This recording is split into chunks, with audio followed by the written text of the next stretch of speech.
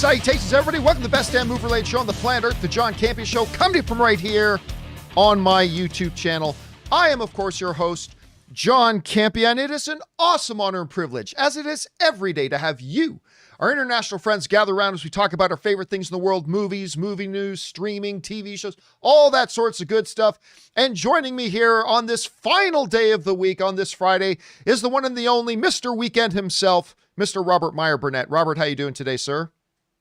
Well, John, I'm planning for the weekend even as we speak. So you are correct in that assessment, sir.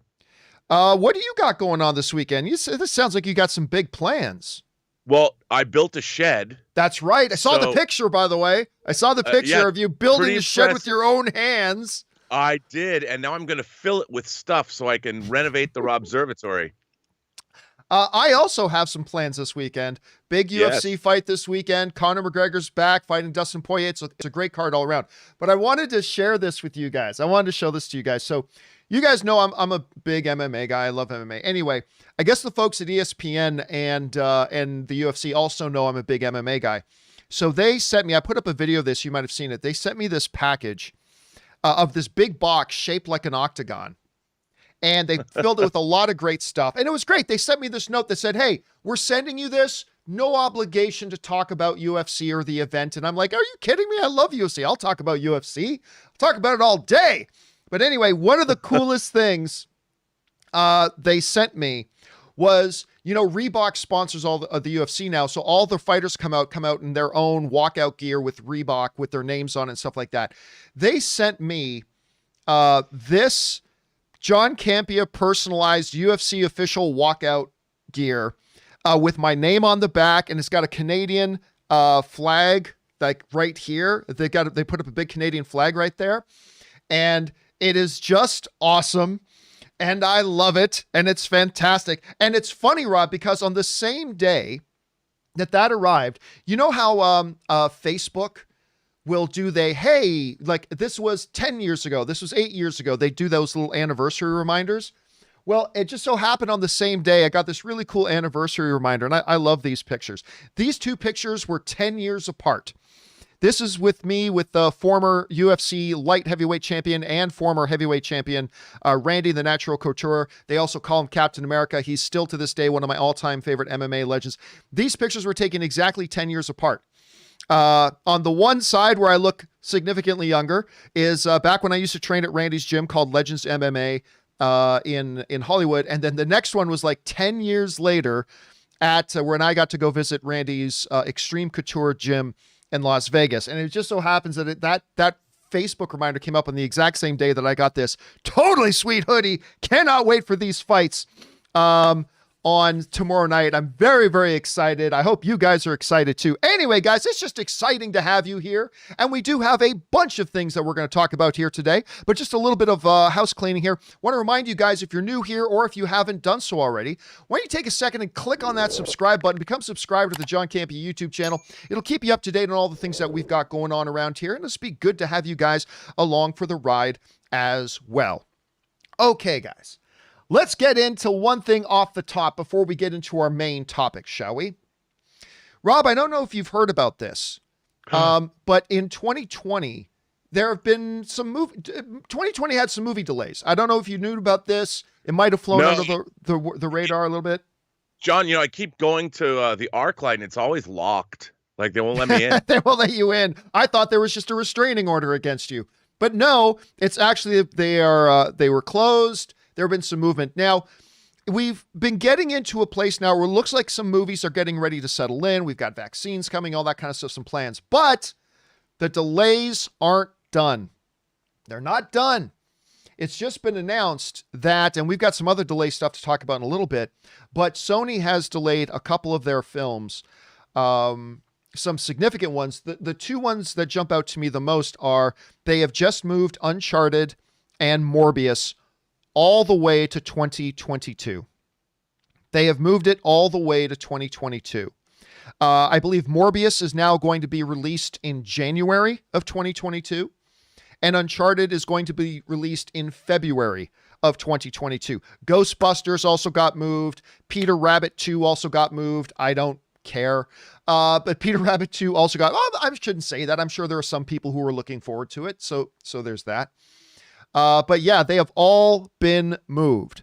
Now, Sony, the one thing I was reading was that Sony was kind of suggesting that the move for these particular movies didn't happen because of COVID concerns. It was more to do with concerns that 2021 is getting really congested. And Rob, that's something that you and I talked about like months ago was going to become an issue. Remember we said back in 2020 that, listen guys, when 2021 does come around and whenever they do get these things open, there's going to be a new set of problems because there's going to be unbelievable congestion in that. And we're going to see some more movies get bumped out to 2022. Maybe that's the case here. Maybe it's not. Maybe it's something else. What I found very interesting about this was the fact in announcing they were moving Ghostbusters and Uncharted and Morbius, they didn't move Venom 2. And Venom right now is slated to open near the end of June. And you just figure if they're going to announce all these moves, you'd figure they would have also moved Venom 2, but apparently they want to keep Venom 2 where it is. So that's pretty interesting. The other interesting point about this is, Rob, is that by moving these movies again, all the way to 2022, it sounds like Sony is taking the attitude of hell or high water. We're putting these movies in theaters. That seems, unless you have that attitude, you don't move them again another year, like all the way to 2022. Now, whether or not there are going to be movie theaters around for them to put those movies in, that'll be the big question, of course. Of course, wasn't terribly surprised about Morbius, a little bit surprised about Uncharted, and the other ones too. Anyway, Rob, you see this, you understanding where they're moving it to. They don't move Venom 2. I don't know. What's your take on this whole situation? Well, unfortunately, I think we all kind of saw this coming. Whether it's the schedule being filled up or the fact that, there's now mutant strains of the virus coming out, inoculations are not going as fast as possible or fast as they wanted to. It's just a reality we live in, and it was sort of an inevitability that this would happen. I'm hoping that maybe things could change, but, I just worry about our poor movie theaters and all of this. I don't see any way around it.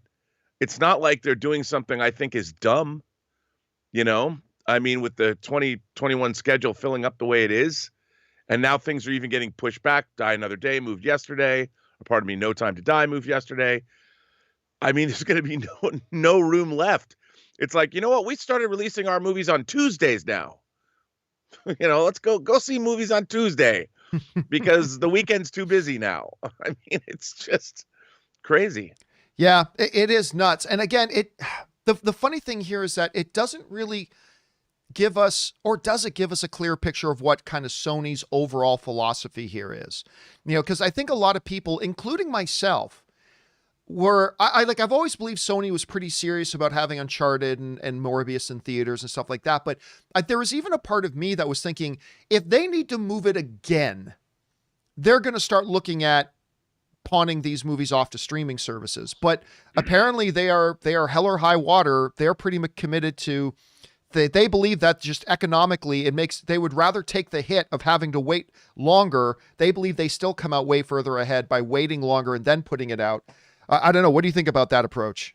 John, I'm just looking now at the 2022 major theatrical releases list as it exists right now. On January 14th, you've got Scream 5. On January 21st, you have Morbius. On February 11th, Uncharted. March 4th, The Batman. March 25th, Doctor Strange. May 6th, Thor. May 20th, Legally Blonde 3. May 27th, John Wick 4. May 27th, Dungeons and Dragons.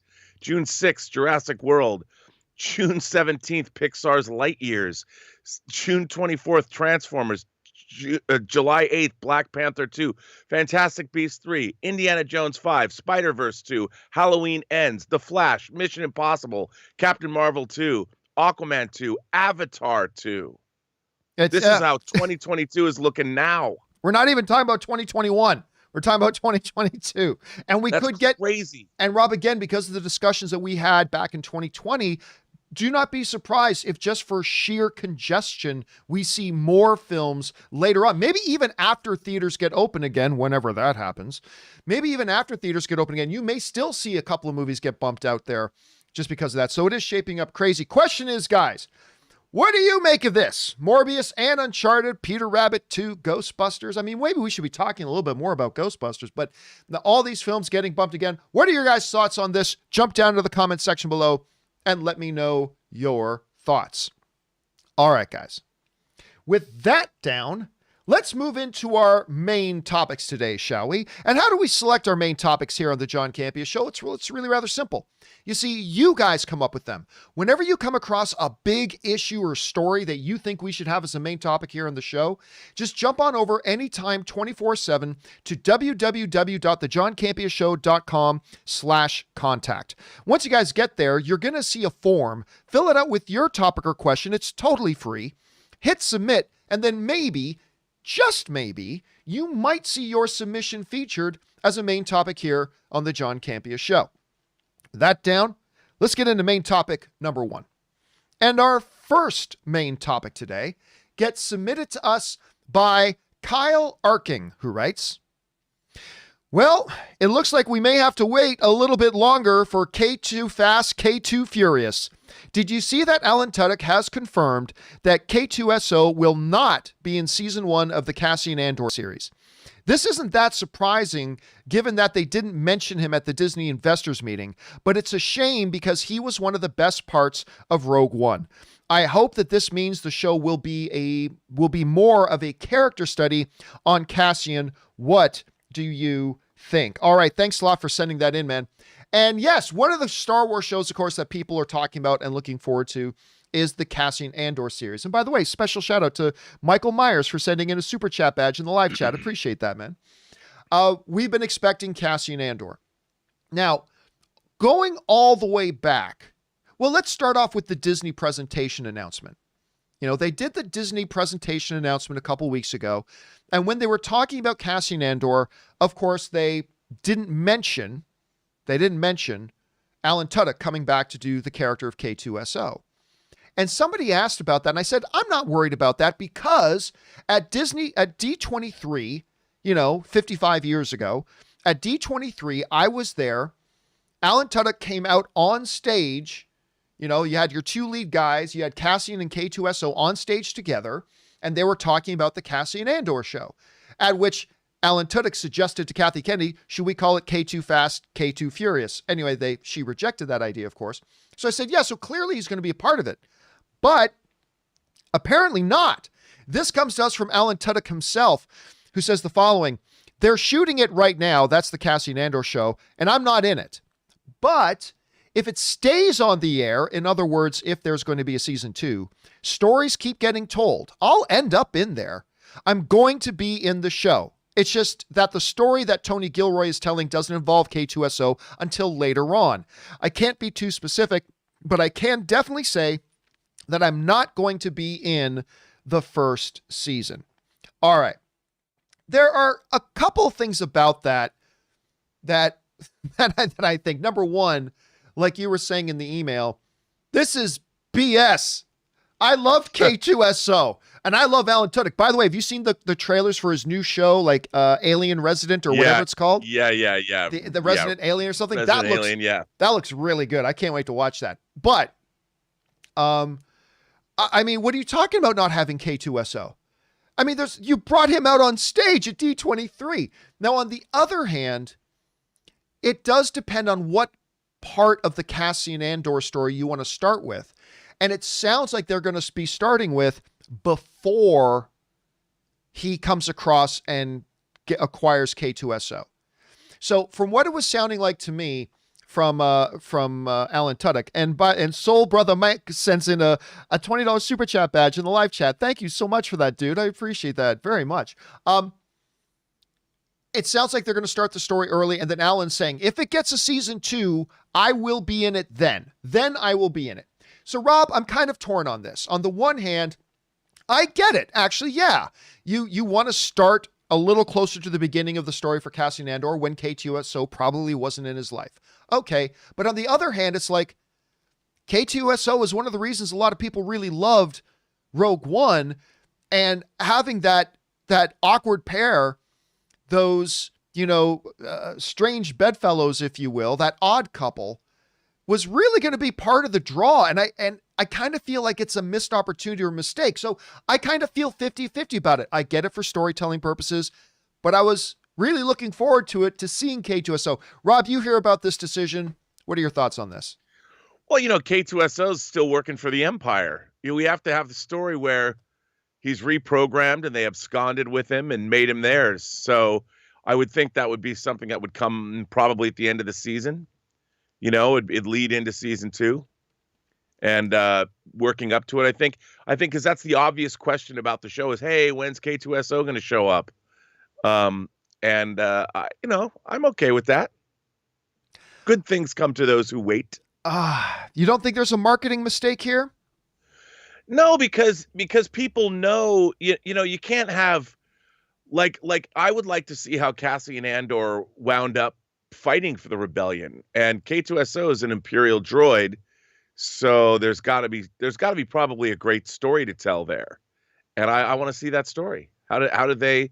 I just hope they don't tell it in like the first 10 minutes like they did with Han and Chewie. By the way, I like the way they told the story with Han and Chewie. I did, but it was too, I would say this too, like with all the great thing now, whenever you ask or start talking about Alan Tudyk, a lot of people obviously want to go and start talking Firefly. Understandably so, he was great in that. But when I think of Alan Tudyk, the show I immediately go to, and Rob, I don't know if you've ever watched this show, but I think it was called Powerless. I think that was the name of the show. Yeah. And it was a DC show. It only lasted one season. It was on just a couple of years ago. Vanessa Hudgens was the main star of it. But it takes place in the DC universe, but it's all the people who work behind the scenes to build all the gadgets that heroes use, and they don't have any powers. Yeah. And Alan Tudyk plays Bruce Wayne's idiot younger cousin, Van Wayne. And he was so good in that role. And whenever I think of him, that's what I think of. Anyway, guys, the question for you is, what do you think about this? I mean, I guess, yes, from a narrative point of view, it makes sense to have a first season without K2SO. But K2SO was also one of the big reasons I was looking forward to it. How do you feel about him not being in the first season of this? Jump on down to the comment section below and let us know your thoughts. Okay, guys. With that down, let's move into main topic number 2, shall we? And our second main topic today gets submitted to us by Diego Maguino, who writes, 007's film No Time to Die has been delayed again. That's the theme of today's show, apparently. This time to October 20th, 2021. At this point, I shouldn't be surprised, but I really thought things would be okay-ish by April and wouldn't move. What are your thoughts? Okay, thanks a lot for sending this in. And yes, as Rob kind of alluded to a little bit earlier, yesterday news came out that James Bond No Time to Die apparently has plenty of time to be delayed, because they have it being delayed is James Bond's new favorite hobby, because they have delayed the film yet again, going all the way back to getting all the way back to October at that point. All right. This is what comes to us from the good folks over Variety, who writes, James Bond's latest adventure has hit another speed bump.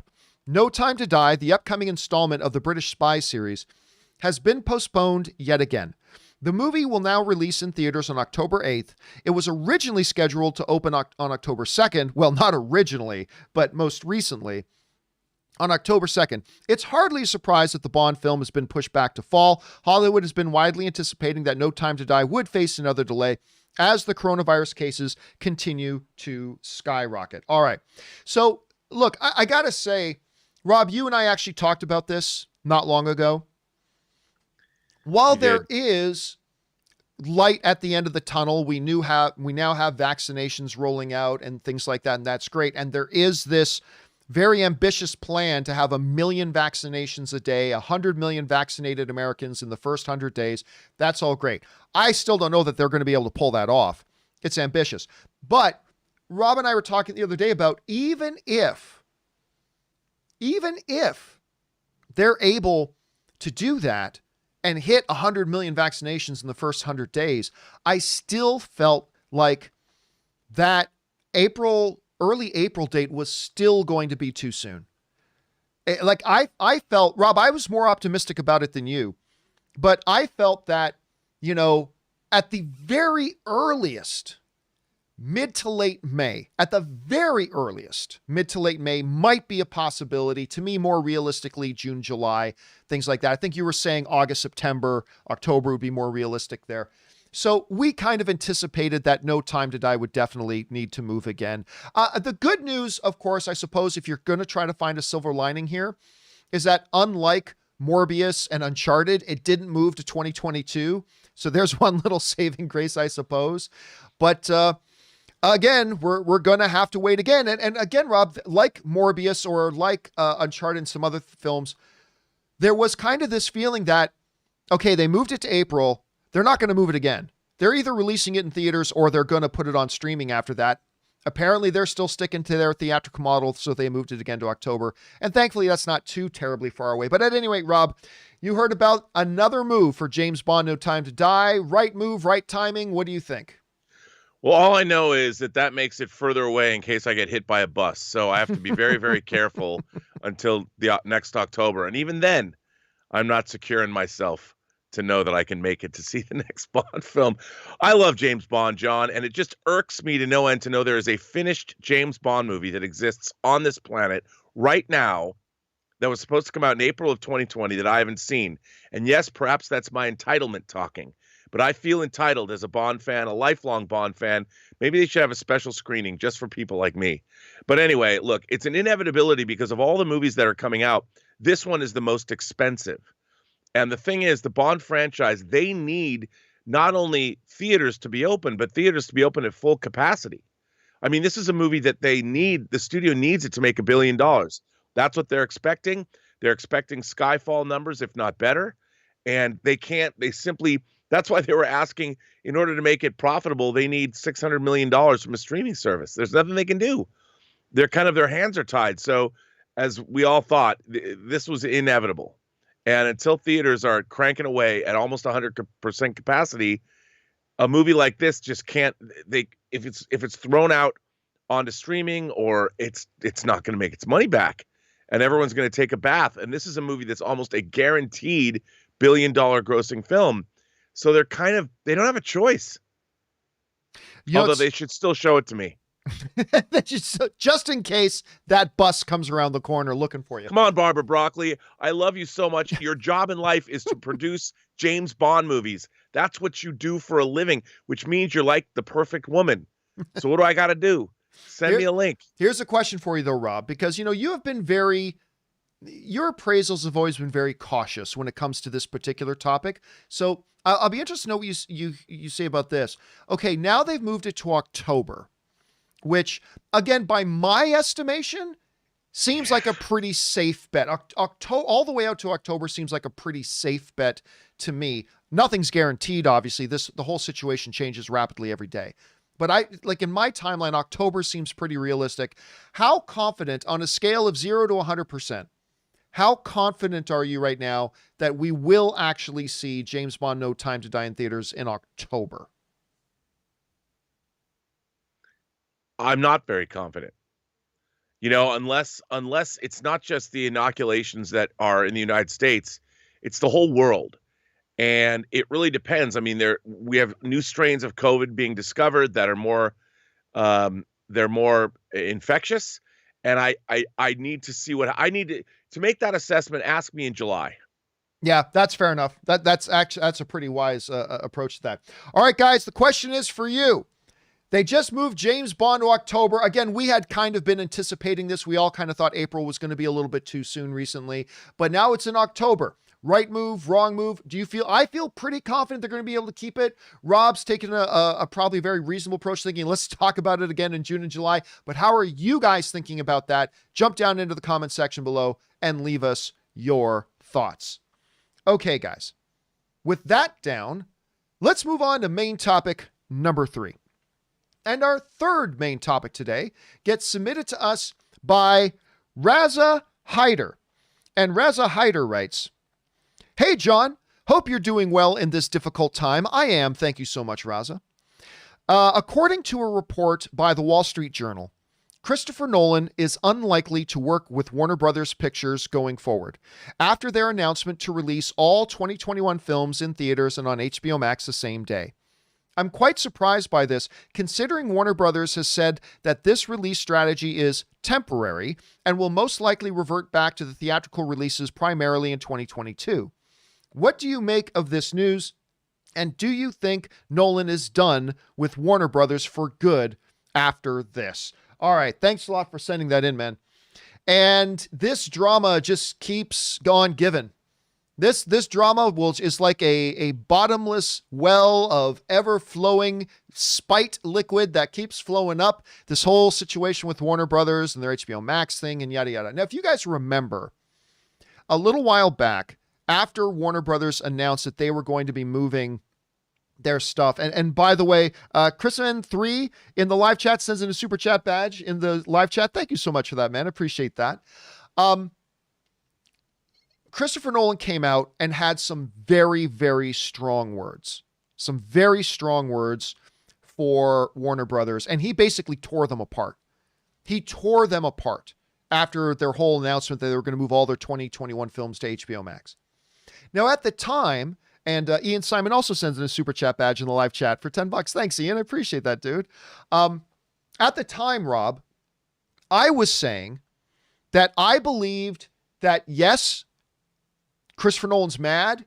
Yes, I'm sure both sides aren't terribly happy with each other right now, but I believed that cooler heads would prevail. And I believed that at some point, Christopher Nolan and Warner Brothers will say, look, business is business. We'll keep moving forward. We've had a lot of success together. We've made a lot of money together. We'll keep moving forward. But Rob, then after that came the fallout of all the other movies. After that, Denis Villeneuve comes out and writes that op-ed piece in Variety that just shredded Warner Brothers. Like, it wasn't just a little tiff. He destroyed Warner Brothers. Yeah. In that thing. He was very, very vicious in that. And then we start hearing from all these other parties as well who felt that they were ripped off. And Rob, whereas at one point I kind of felt like, I think they can get this back together, I'm not so sure that's the case anymore. This comes to us from the folks over at Joe Blow who write the following. The director, this obviously is Christopher Nolan. The director has called Warner Brothers home for 20 years. But according to a report from the Wall Street Journal, Christopher Nolan is unlikely to work with the studio again in future based in part on their choice to release their films on HBO Max and in theaters on the same day. If true, this could end up being quite damaging to Warner Brothers and quite beneficial to whichever studio is able to scoop him up. Who knows whether Nolan really will part ways with Warner Brothers, but it's clear that the studio will have to go above and beyond if they want to hold on to him. That, of course, comes to us from the guys over at Joe Blow. Rob, here's the thing to me that really kind of changed my mind from going on. You know what? I think cooler heads prevail. I think Warner Brothers, Christopher Nolan work together. I think as time went on and Christopher Nolan started to see how much backstabbing Warner Brothers did to the creators and people they worked with, how many people Warner Brothers went behind their backs, to how many people Warner Brothers, quite frankly, double-crossed, not just in good faith, but also that actually had contracts with them, which is why Legendary put up the money to make your movies, and you didn't even consult them. You didn't even talk to them. Here's what I kind of liken it unto, and maybe this is a bit brash, but this is kind of what I liken this unto. Let's say you're dating somebody. Let's say, you're a dude and you're dating a girl and you find out that your girlfriend, threw away your favorite sweater. Okay. You can be mad. You can be angry. You can be upset, but you eventually maybe cooler heads can prevail. But then the next day you find out that your girlfriend slept with 8 of your best friends. At some point, trust is broken and you just don't trust them anymore. And I think as Christopher Nolan has sat back and started hearing all the stories of all the agreements that Warner Brothers reneged on, of all the backstabbing Warner Brothers did to all these filmmakers. And I say, listen, I'm a big HBO endorser. I love HBO Max. I love Warner Brothers, but in this one isolated thing, Christopher Nolan's looking at, well, you double cross these guys and you double cross these guys, and you had a contract with this guy that you're just pretending now didn't exist in the first place. You made promises to these people that if they make this film with you, it'll be a theatrical film, and you've gone behind all of their backs, didn't talk to anybody, and just came out and made a public announcement about it. I think Christopher Nolan, that's what's changed my mind, is that I think Nolan's gone from just being kind of pissed at something that happened between them, something he didn't like, something they did, but as he sees the extent of how many people, and Rob, how easy and how willing Warner Brothers was to double cross and renege on all their agreements and all their promises to all these people. He's like, why would I ever trust you? You broke your promises to them. You broke your promises to them. You broke your word to them. You violated the contracts with these people. You didn't even have the decency to talk to them about it before you went out publicly and made this big announcement. Why would I ever trust you again? Now, I'm not saying that would be my point of view if I was in Christopher Nolan's shoes, but if you're Christopher Nolan and you hear the stuff he's saying, I kind of feel like now he's in a position of he just doesn't trust Warner Brothers. And how can you be in business with somebody you just don't trust? I'm not saying he's right or wrong to not trust them. I'm just saying it seems like a very difficult situation. Rob, you're seeing all this breakdown. You're here now with the Wall Street Journal is saying, have we seen Christopher Nolan make his last film with Warner Brothers? Or do you think there's still an open door here that this can get rectified? How do you see it? I think not. But I think there's a bigger issue happening here, and it ties into the entire movie business as a whole. There's numbers that are going to come out. I don't know if they're going to come out today or in a couple days that talk about how physical media sales have dropped 20% again this year, meaning Blu-rays, DVDs, that kind of thing. The people at Warner Brothers, they don't care. I'm talking AT&T. I'm talking the people that now run Warner Brothers. I don't think they care about theatrical distribution. I don't think they care about physical media. They care about one thing, the new world, which is their subscribers for HBO Max.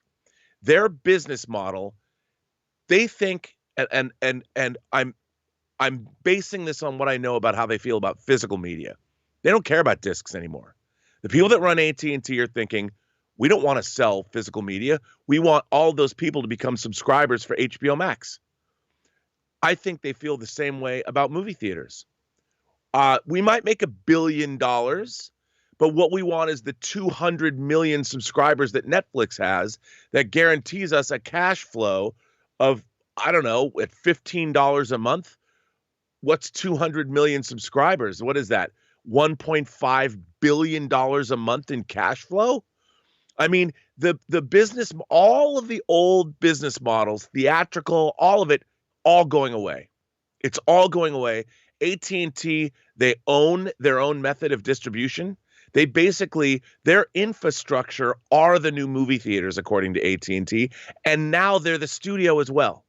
So they just don't care. They don't care about movie theaters. They don't care about physical media. All they care about is their subscription service. And I think, look, Christopher Nolan can hang on. I'd rather see his movies in IMAX.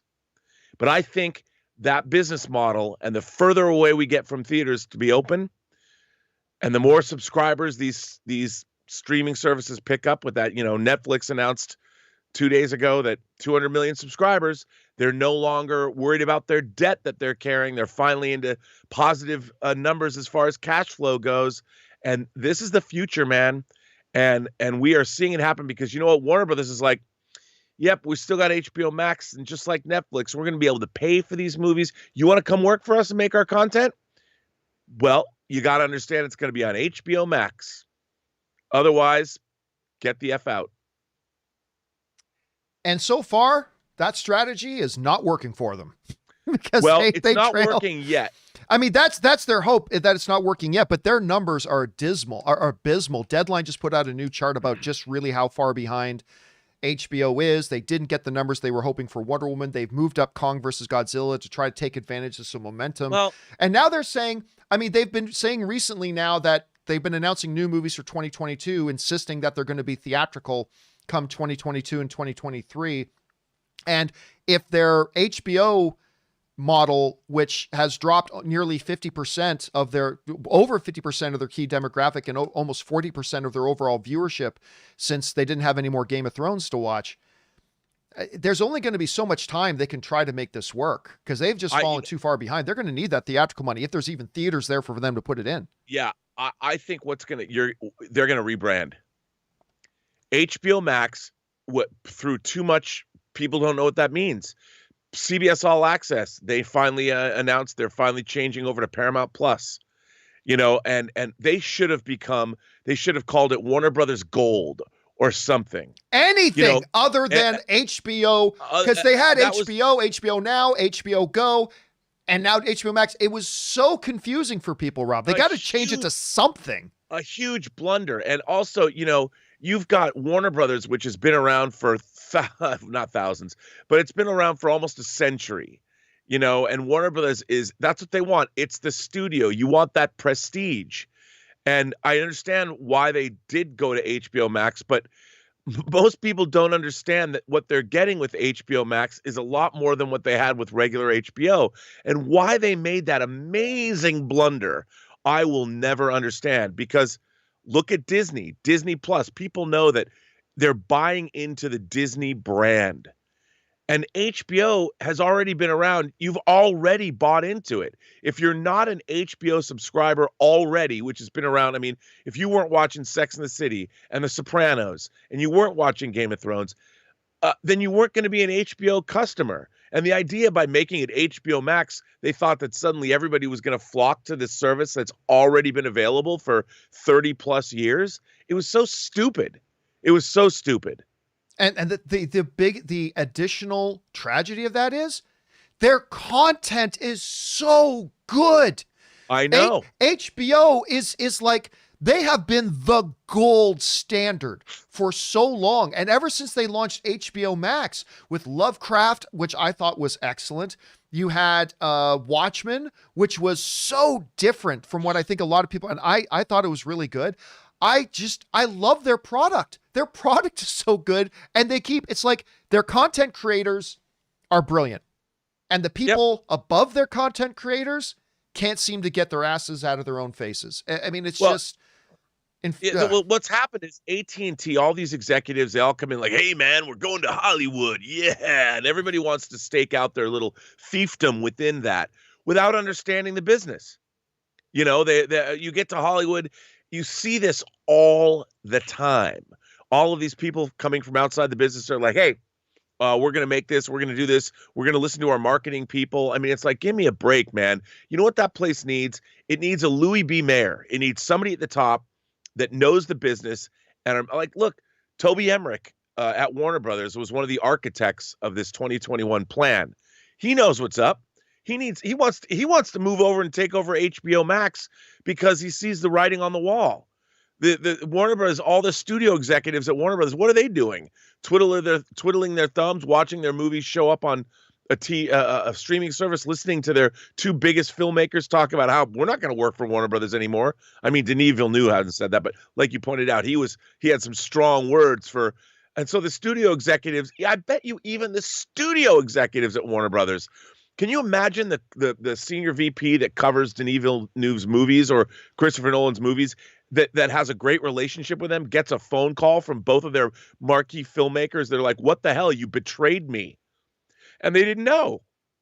It was such a monumental, it was a horrible strategic blunder. But you know what? 5 years from now, it'll all be forgotten because people are going to be begging whatever HBO Max turns into.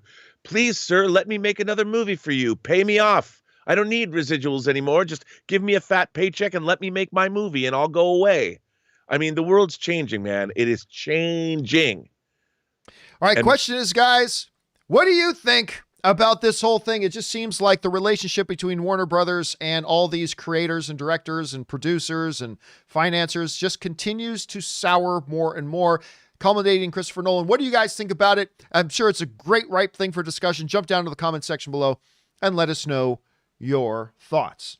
By the way, yes. Can I just, the little breaking news, Disney has just pushed their some quarter one movies. They pushed The Kingsman The King's Man, it's no longer March 12th. It's now been pushed to August 20th. Bob's Burgers, that was on April 9th, is now unset. Maybe it'll go direct to streaming. And the Locksmith animation movie Ron's Gone Wrong, which was April 23rd, was now pushed to October 22nd. This is Disney. Okay, so some again, not surprised. You and I have been expecting some more pushes to happen, particularly with films that were going to be coming out earlier. So. I mean, that's April 23rd. They moved to October 22nd. Black Widow is on May 7th. No, wait, no. Listen, I've been saying for a bit now. They've got May 7th's too early. I think at the earliest, you're talking late May. At the earliest, and they're going to have to bump Black Widow as well. They're going to have to push it. I mean, I just don't know what it is they're waiting for. You got to know that we're not going to be in a place. I know they just recently moved it to May 7th, but by now it should be clear that May 7th is just too soon. I think they're going to have to, I think we're going to hear about them announcing a push on that soon too. So we'll have to see. All right, guys, let's move on now, shall we, to main topic number 4. And our fourth main topic today gets submitted to us by Diego. And Diego writes, "Hey, John. Warner Brothers and Legendary have now confirmed a Godzilla vs. Kong trailer this Sunday and have revealed a new poster showing a towering Kong watching Godzilla slowly approaching him in the water. Fans have been asking, and now we got our trailer. It's in the words of legendary UFC announcer Bruce Buffer, it's time! And yes, we are getting, of course, we talked about this the other day, that Godzilla vs. Kong has been moved up. A sign of desperation? Yes, but an exciting and welcome one nonetheless. And then we thought, well, now that the movie's no longer 4 months away, it's only 2 months away, we're going to get a trailer really soon. Sure enough, they have announced that we are going to get a trailer for this movie on Sunday. Sunday is when we are getting a trailer for this announcement. This comes to us from IGN, who writes, Legendary has revealed a new poster that we'll look at here in just a second. A new poster for Godzilla vs. Kong in anticipation of a new trailer dropping on Sunday, January the 24th. This trailer will be the first full trailer for the movie released, and while nobody knows exactly what's going to happen in the movie, one thing is clear. Godzilla and Kong have a bone to pick with each other. That's very apparent in the new poster Legendary revealed today, which shows Godzilla swimming towards a seemingly a city under siege by Kong. That could be what we're looking at. And speaking of looking at, let's take a quick peek at this thing, shall we? I like it. First of all, just look at the size of King Kong in this. Now they told us this is a significantly bigger King Kong than what we had in Kong Skull Island. But they told us that. They said, hey, the Kong in Kong Skull Island is young. That's a young Kong. We're going to get a full-grown, more mature Kong. It's going to be much. And now he looks size appropriate to Godzilla. I love this poster. Absolutely love it. Just the one staring down, the ominous, just the back spikes closing in. You see the city on fire. This is a terrific, I love posters, Rob, that either are really artistic and give a really artistic flair to it. But the other thing I really love in a good movie poster is when the poster captures the spirit of the movie in one still frame. And when I look at this poster, that poster says Godzilla versus Kong. And I love it. Now, going back to the whole Warner Brothers stuff that we were talking about a second ago, of course, Legendary footed most of the bill for paying for Kong versus Godzilla. They had threatened to sue Warner Brothers over what had happened. They had now settled because what we found out is Warner Brothers had to cut a check for $250 million to Legendary for the privilege of putting it up on HBO Max. But it's coming. It's on its way. On the one hand, Rob, I mean, you wanted to see Godzilla versus Kong on a movie screen. Your first experience with Godzilla versus Kong, you don't want it to be on a TV. But that notwithstanding, we've got a trailer coming. And you know what, Rob, I've been saying that I'm not terribly excited, like not super excited for Godzilla versus Kong, because I was not the biggest fan of Godzilla King of the Monsters personally. You liked it a lot more than I did. But so I haven't been super stoked, but I'd be lying to you if I didn't tell you that poster has got me a little bit revved. And I'm looking forward to seeing this trailer on Sunday. Anyway, Rob, you've seen the poster.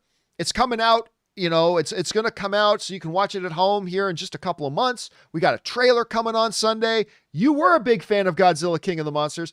What are your thoughts on this whole thing right now? Where are you thinking?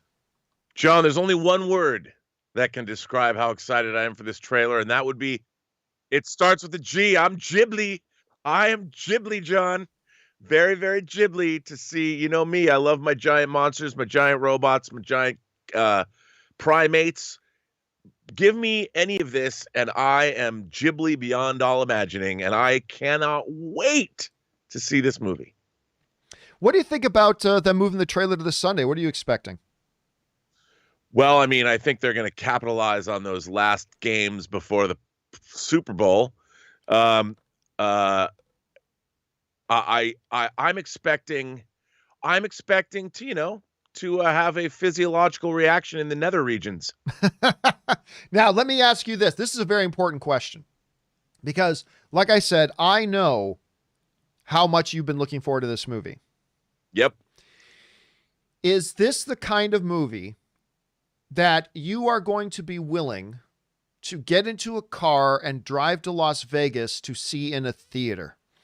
That's because this is the first one that I can think of that might be one that could tempt you to do it. Because I know how excited you are about this one, but I mean, granted, it's still a couple of months away. I'm sure that a lot could happen between now and then. But yeah, would you make that 4-hour drive to go to Las Vegas to go see this thing in a theater?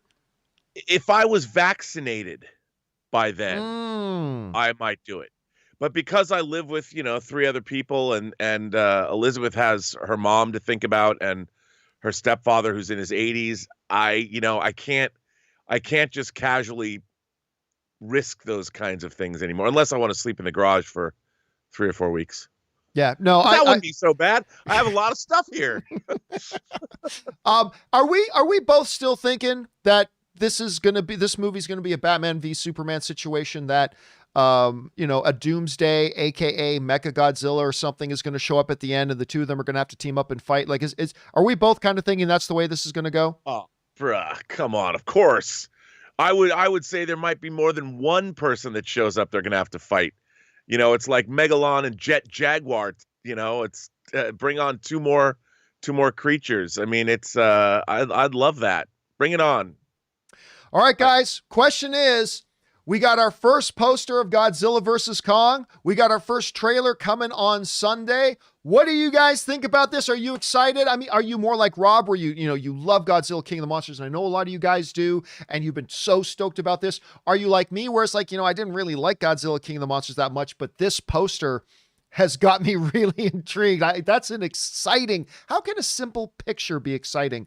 Yet it is. That image to me is exciting. What are you guys thinking right now? Jump down into the comment section below and let me know your thoughts. All right, guys.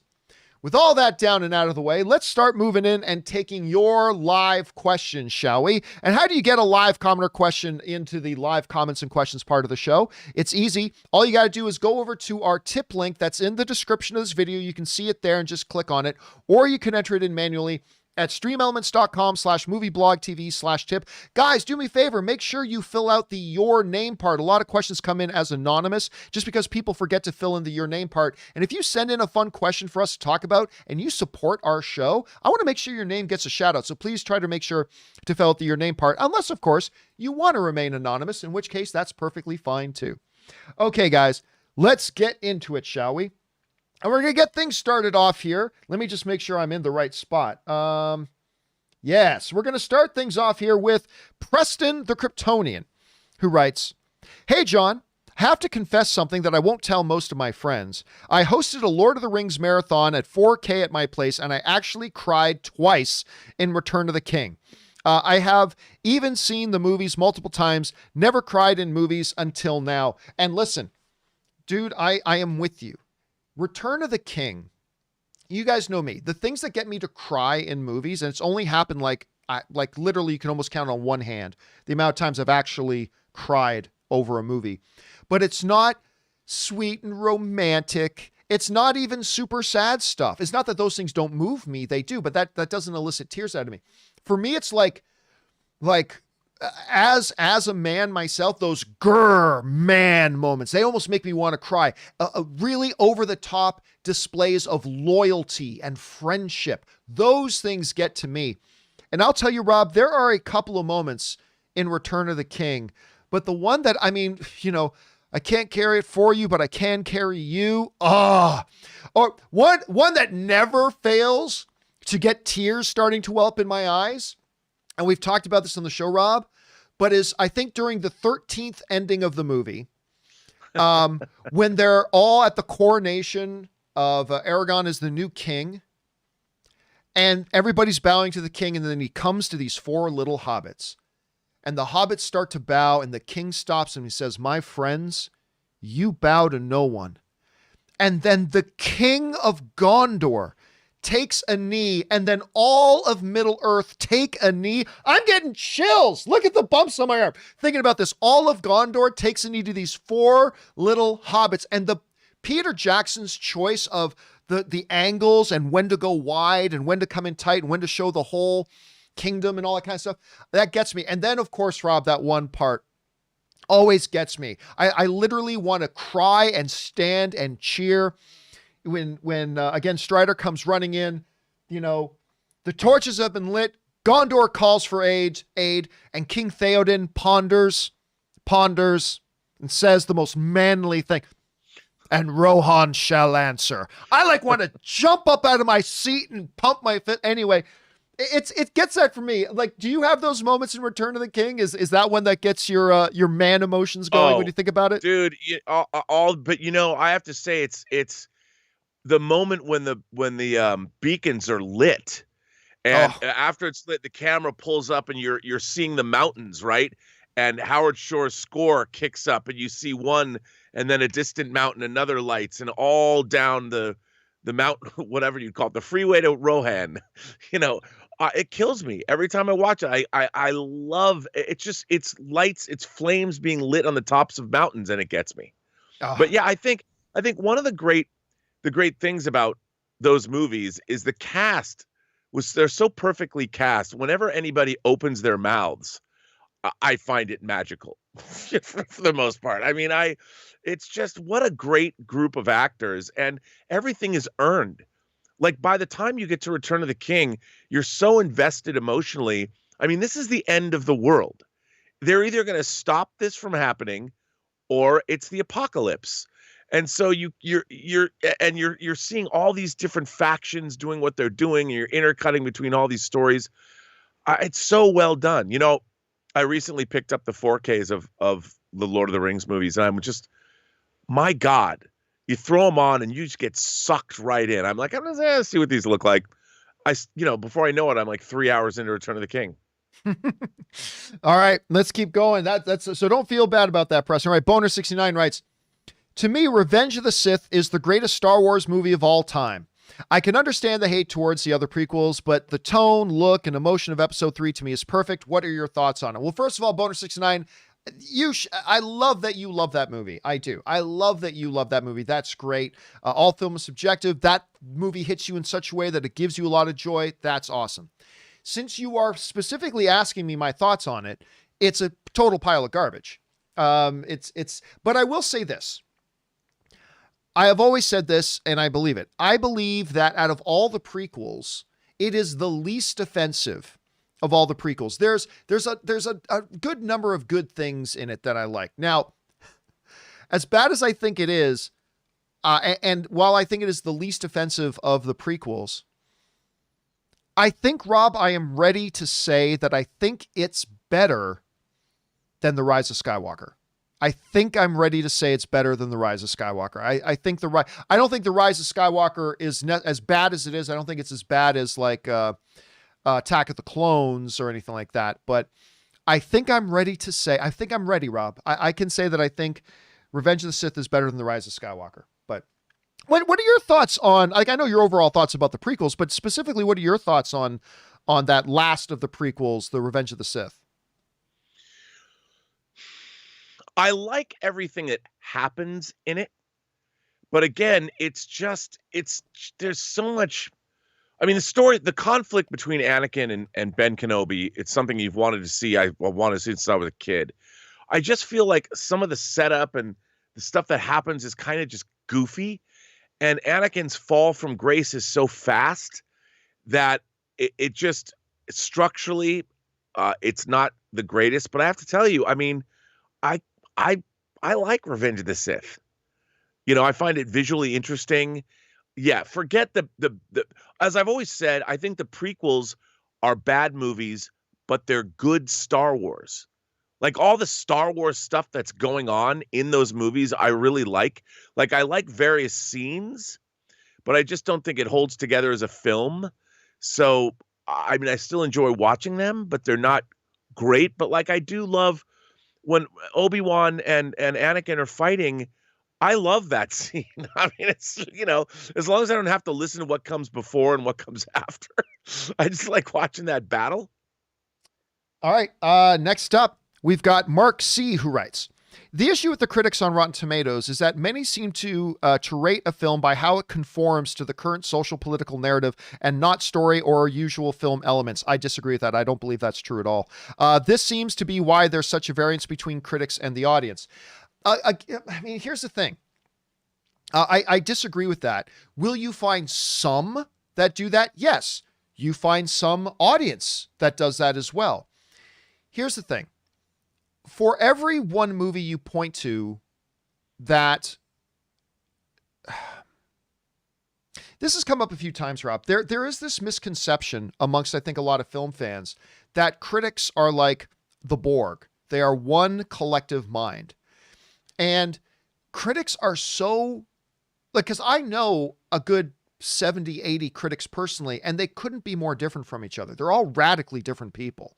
Some are long hair, headbanging metal dudes that are friends of mine. Some are suit-wearing, work for a major trade kind of guys. And they all like different things.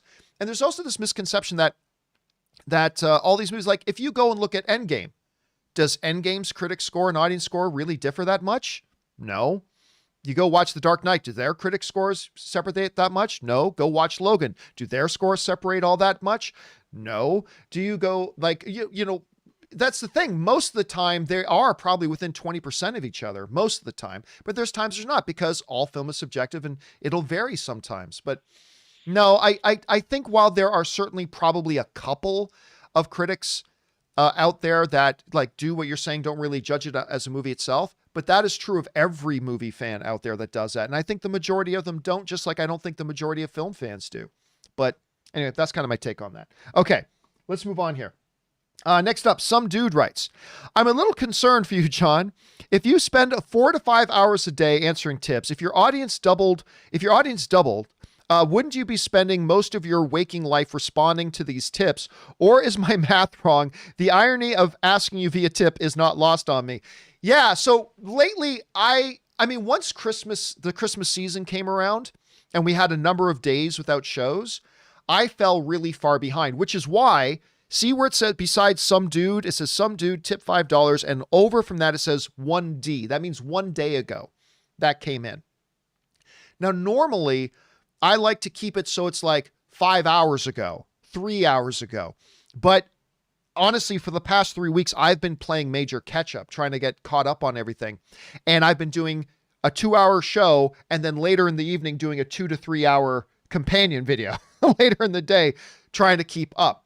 And yes, as the audience has grown, my answering questions time continues to get longer and I've been having to do more companion videos than normal. But listen, that's the definition of a good problem to have. I mean, it's a problem, yes, but it's a definition of a good problem to have. All I could say is this, is if it ever gets to the point where I simply could not manage, then I would have to do something I'd rather not do, but I'd probably be in a position where I'd have to. I think I would probably have to raise the minimum amount you would have to tip in order to answer one of the live question shows. I mean, the main topics of our shows, those will always be free. Like that will always be free. Where if you've got a topic and you want to take a chance to see if you can get on the show, you just go to thejohncampeashow.com/contact, send that in. And then I pick all of our main topics come from there. That will always be free. But when it comes to the live part of the show, if I'm ever getting so overwhelmed that I cannot keep up and people are having to wait 3 or 4 days to get their questions answered, which is unacceptable, then I would probably have to something. This is me pulling back. This is whenever you're a YouTuber and you start talking about money and stuff like that, it's a very vulnerable feeling that you have when you're doing it. But I want to be open with you guys. What I would probably have to do is like raise the minimum to send in a tip question to reduce the overall amount of questions that get sent in a little bit. I don't think we'll get to that point. I really don't. So I'm not terribly worried about it. But again, I'm not going to complain about it because listen, we have a film fan community that loves supporting the show and they love sending in topics and questions. And that's not a bad thing. That's a great thing. No. So I'm just going to look at it as a good problem to have some do. But yes, there is a logistical problem that I do try to manage, which is why we do as many videos as we do. But I value them all. And that's an important thing. All right. Thanks for writing that in, man. Next up, Ryan Lohner writes, I now officially get to say I went to the same college as the President of the United States. Other Syracuse grads, Peter Falk, Frank Langella, Joyce Carol Oates, Vanessa Williams, Aaron Sorkin, Jerry Stiller, Vera Famia, who we were just talking about the other day, Jim Brown, go Orange. They've got a terrific basketball program over there at Syracuse.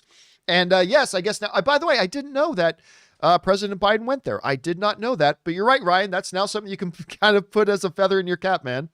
All right. Let's see here. Garden Variety Vagabond writes, Hey, John. Well, I'm not a huge fan of the Batwoman show. I have been watching it as it is part of the Berlantiverse.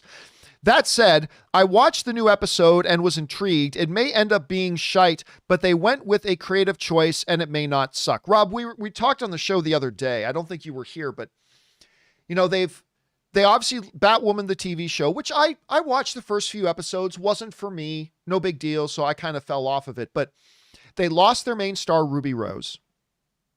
And then they made a completely confounding decision. Instead of recasting Ruby Rose, they decided to also throw out the character she was playing and create a completely brand new character to also have a new actress come in and play a brand new character that would be a new character putting on the Batwoman cowl. Which to me is like, you already have a hard time getting audience because the numbers dropped quite a bit over the first year. And now you've lost your lead actress and you're going to get rid of the character that the people who are watching the show have already become attached to. And so it was without surprise that season 2 of Batwoman premiered, and it had only, I think, 30% of the audience that the first season premiere of Batwoman had. It was the 3rd lowest rated episode in their run so far. And your season premieres are supposed to be your big numbers. I haven't watched it myself. For all I know, it's Emmy worthy. I've had a few people write in and say it was terrible, but now we've got Garden Variety Vagabond saying it's at least intriguing. Rob, are you surprised that the Batwoman season 2 premiere debuted so low? Did you maybe think there was a possibility that the novelty of a brand new character and a brand new actress in the lead may attract more people, or what are your thoughts on that? I just think that people don't really like that show. I mean, when it comes right down to it, simple. I mean, yeah, it's you know, there's a lot of the Berlantiverse shows going on, and I just don't think it was something that looked good to people. And the people that liked the show, they got rid of, like you said, the main character and recast the character. So, you know, that's all I can say. People, if you build it and they don't come, well, then it's your fault. It's not their fault. It's your fault. Yep. And yeah, that's all I have to say about that. It's too bad. By the way, I just want to, as an aside, because I didn't get to talk about this, that Superman and Lois trailer was great. It looked like Man of Steel. I didn't think it looked like Man of Steel. Oh, come on. They have you know, some people were asking me, wrote to me last night, so you're going to talk about the Man of Steel trailer? I'm like, nah. They've already, to me, CW has already so failed with that character that I have no interest. I know, but he didn't look like a jobber, as you said. Like, look, ever since you said that Superman's a jobber, I'm like, he is a jobber, but he didn't look like a jobber in that trailer. That's only because Supergirl wasn't in the trailer. Well, you wait. They'll job him again. I hope I'm wrong. Like, I hope every show is great. I hope Batwoman turns out to be great. I hope Superman and Lois turns out to be great, but I'm not going to be disingenuous and pretend I'm at all interested after the way they've already totally crapped all over that character. So that's just me. I'm not telling anybody else not to watch it. I didn't make it a topic on the show to come out and crap all over it. I'm just saying I'm not interested. Not interested. I'll have to hear from a lot of people that it's awesome before I will give that a shot, because I already gave CW Superman a shot and they totally crapped the bed. But anyway, that's just me. All right, here we go. Next up, Jared Morris writes, I'm more interested in seeing Max Holloway versus Ortega too, because even though Max dominated Ortega in their first fight, Ortega and Max have improved highly. Or are you interested in Volkanovski versus Hall 3? No, listen, Alexander Volkanovski's already beaten him twice. Now, the second fight was extremely close. That fight could have gone either way. There are a bunch of people who kind of thought Max Holloway won the second fight. I thought it was razor thin close. I would have been fine if they declared Holloway the winner. I was totally fine that they declared the champion at the time, Alexander, the winner. But Alexander won the first fight. And so they fought twice already. I'm cool with the third fight when it's one apiece. But when the one guy's already won two fights, but listen, if Holloway continues to look as dominant as he does, he's going to have to be given another shot at the title. He is clearly, other than the guy wearing the belt, he is clearly the best in the world in that weight division, other than Alexander the Great. So if it becomes more and more clear, like if Alexander walks through Ortega, and I'm not sure Alexander will walk through Ortega, but if Ortega wins that fight, then obviously Max Holloway dominated him. He gets the next shot at the title, and I believe Max Holloway will beat Ortega. That was just too one-sided, that other fight. I don't see any reason to believe why a second fight would go any differently.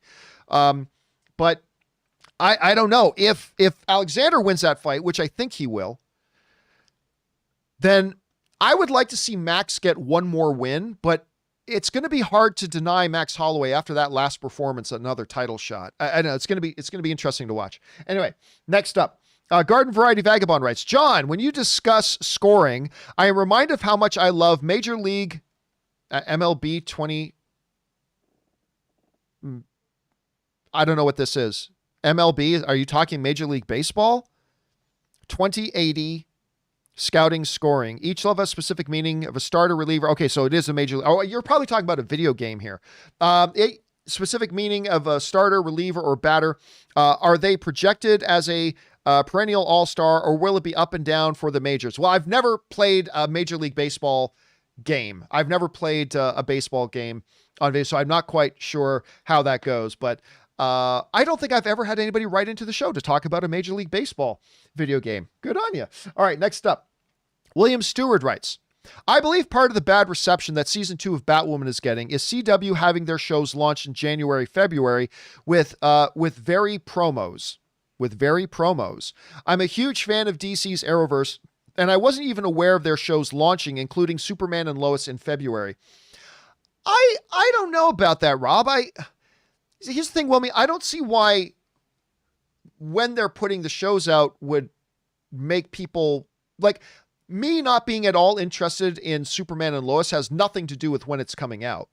I think a lot of people who didn't like Batwoman has nothing to do about when it comes out. Unless I'm missing something that you're saying there, Rob, how would you respond to what William was saying there? Well, yeah, again, I don't think that... I don't think that's necessarily true, because the people that are the audience for these shows are watching out for when they do come out. You know, everyone's aware, like, when something they like is going to stream. And I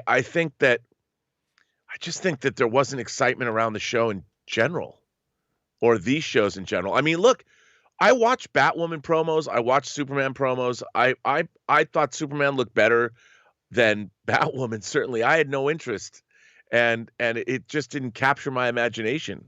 So I think that's why people don't show up. All right, next up, we've got Crazy Tom Brady Stat writes, Tom Brady has made it to the AFC NFC title games in 14 of his 20 seasons. He's made it to the Final Four in 14 of his 20 seasons, excluding knee injury, equals 70% success rate. The average quarterback pass completion rate in the NFL is 66%. That means Tom Brady is more likely to make it to the conference championship game than an NFL quarterback is to complete a pass attempt. It's crazy. Like, and again, I was throwing this number out there the other day. If you want to hear another really crazy number for those of you who had missed it, like the third most playoff wins by any quarterback in history is a 3-way tie at 14. Okay, it's Peyton Manning, it's Terry Bradshaw, and it's not Eli Manning, John Elway. John Elway, Peyton Manning, Terry Bradshaw. Third most all-time playoff wins for a quarterback at 14. The second most all-time quarterback wins in the NFL playoffs is the great Joe Montana with 16. 16. That's second place. The number one all-time wins by an NFL quarterback in the playoffs is Tom Brady with double the amount of wins that Joe Montana has, 32. 32 playoff wins. Tom Brady has taken his team to the Super Bowl 9 times. To put that into perspective, the great Aaron Rodgers has taken his team to the Super Bowl once. Tom Brady's taken his team to the big game 9 times. Aaron Rodgers, as like he might be the quarterback of our generation, has taken his team once. It's just these crazy, crazy numbers whenever you talk about Tom Brady. It's absolutely nuts. All right, but I do think the Green Bay Packers are going to beat Tom Brady this weekend. I'll be cheering for Tom, but I think the Packers are just really, really good. Basil writes, since everything is now possible in the MCU, they now have the possibility for one of the best audience wink wink moments. Captain America meets the Fantastic Four, and Steve Rogers makes a comment about Johnny Storm reminding him of someone. I would love that. I don't think you make a movie. I don't think you put Captain America in a movie just so you can have a moment where he looks at Johnny Storm and says, you remind me of somebody. But if the movie gods align, if the movie stars align, and we end up getting Captain, because who knows? They've already said that it's going to be 1, maybe 2 films. Maybe Fantastic Four is one of those films. Rob, listen, I'll say this. If they do have Captain America in the upcoming Fantastic Four movie, and they don't do some kind of fourth wall breaking inside joke gag about Johnny Storm, because obviously Chris Evans played Johnny Storm before, that would be an incredibly missed opportunity, would it not? Like, shouldn't they try to pursue that if it's there? Dude, I would go even further. We've got the multiverse of madness coming. I would do a scene where Chris Evans as the Human Torch and Chris Evans as Captain America fight side by side. I mean, if we've already got other people coming in from different, Spider-Man movies, that would be Kevin Feige knows how to please a crowd. Don't tell me that in the multiverse that he hasn't thought of this. I'm telling you, I would not be surprised. I don't know. See, to me, Kevin Feige, one of the mastery things of Kevin Feige is he knows when it's a little too far. I feel like he always knows when to, kind of push and then reel it back in a little bit. I think Kevin Feige may consider that one being maybe going a little bit too far. I don't know. But do you think that one could actually work? Do you think they could actually do that? I think it could work. All right, let's move on here. But yes, a missed, if Captain America is in Fantastic Four, it would be a very big missed opportunity not to make some kind of Johnny Storm joke. Anon for my own good writes, hey, John, I'm in the Navy, and thank you for your service, man. And during COVID, they have forbid us from going to any non-essential public place, to include movie theaters. But I think I'm going to risk it and see Godzilla vs. Kong with a friend of mine. I can't miss this on the big screen. Well, listen, I am all about the movie theatrical experience, but don't break any rules. I mean, I understand, believe me, I understand the temptation. I'm all about the movie theater experience, but don't put yourself at unnecessary risk. Do not put yourself at unnecessary risk. But believe me, man, I associate with that drive. I associate with that pull to want to go to that theater and see it. Take on the attitude of the Robert Meyer Burnett show here, and, just think there are bigger things involved. And if you've got some rules in there in place that you shouldn't do it, I would suggest maybe not doing it. But I appreciate the passion, my friend. All right, next up.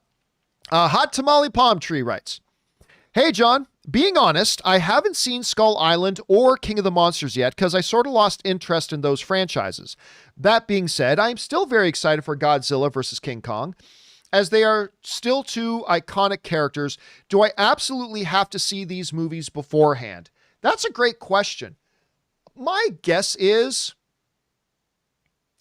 now it's impossible to answer that question perfectly having not seen the movie. I haven't seen the movie, so I can't say for sure whether or not you need to see Godzilla, Skull Island, Godzilla King of the Monsters, or King Kong Skull Island. But my guess is this isn't Shakespeare. This is Godzilla versus Kong. I doubt there's a lot of big key narrative that you'll just be lost in this movie. Like, wait a minute, I don't get it. Why are these two big fellas fighting? I think you're going to be able to probably clue in there pretty quick. I don't think you're going to have any problem cluing into it. But hey, if you have the opportunity between now and then, and if you are excited for Godzilla versus Kong, this might be a good opportunity to maybe, check those movies out and just to build up to it a little bit. But Rob, I'm kind of thinking you're safe.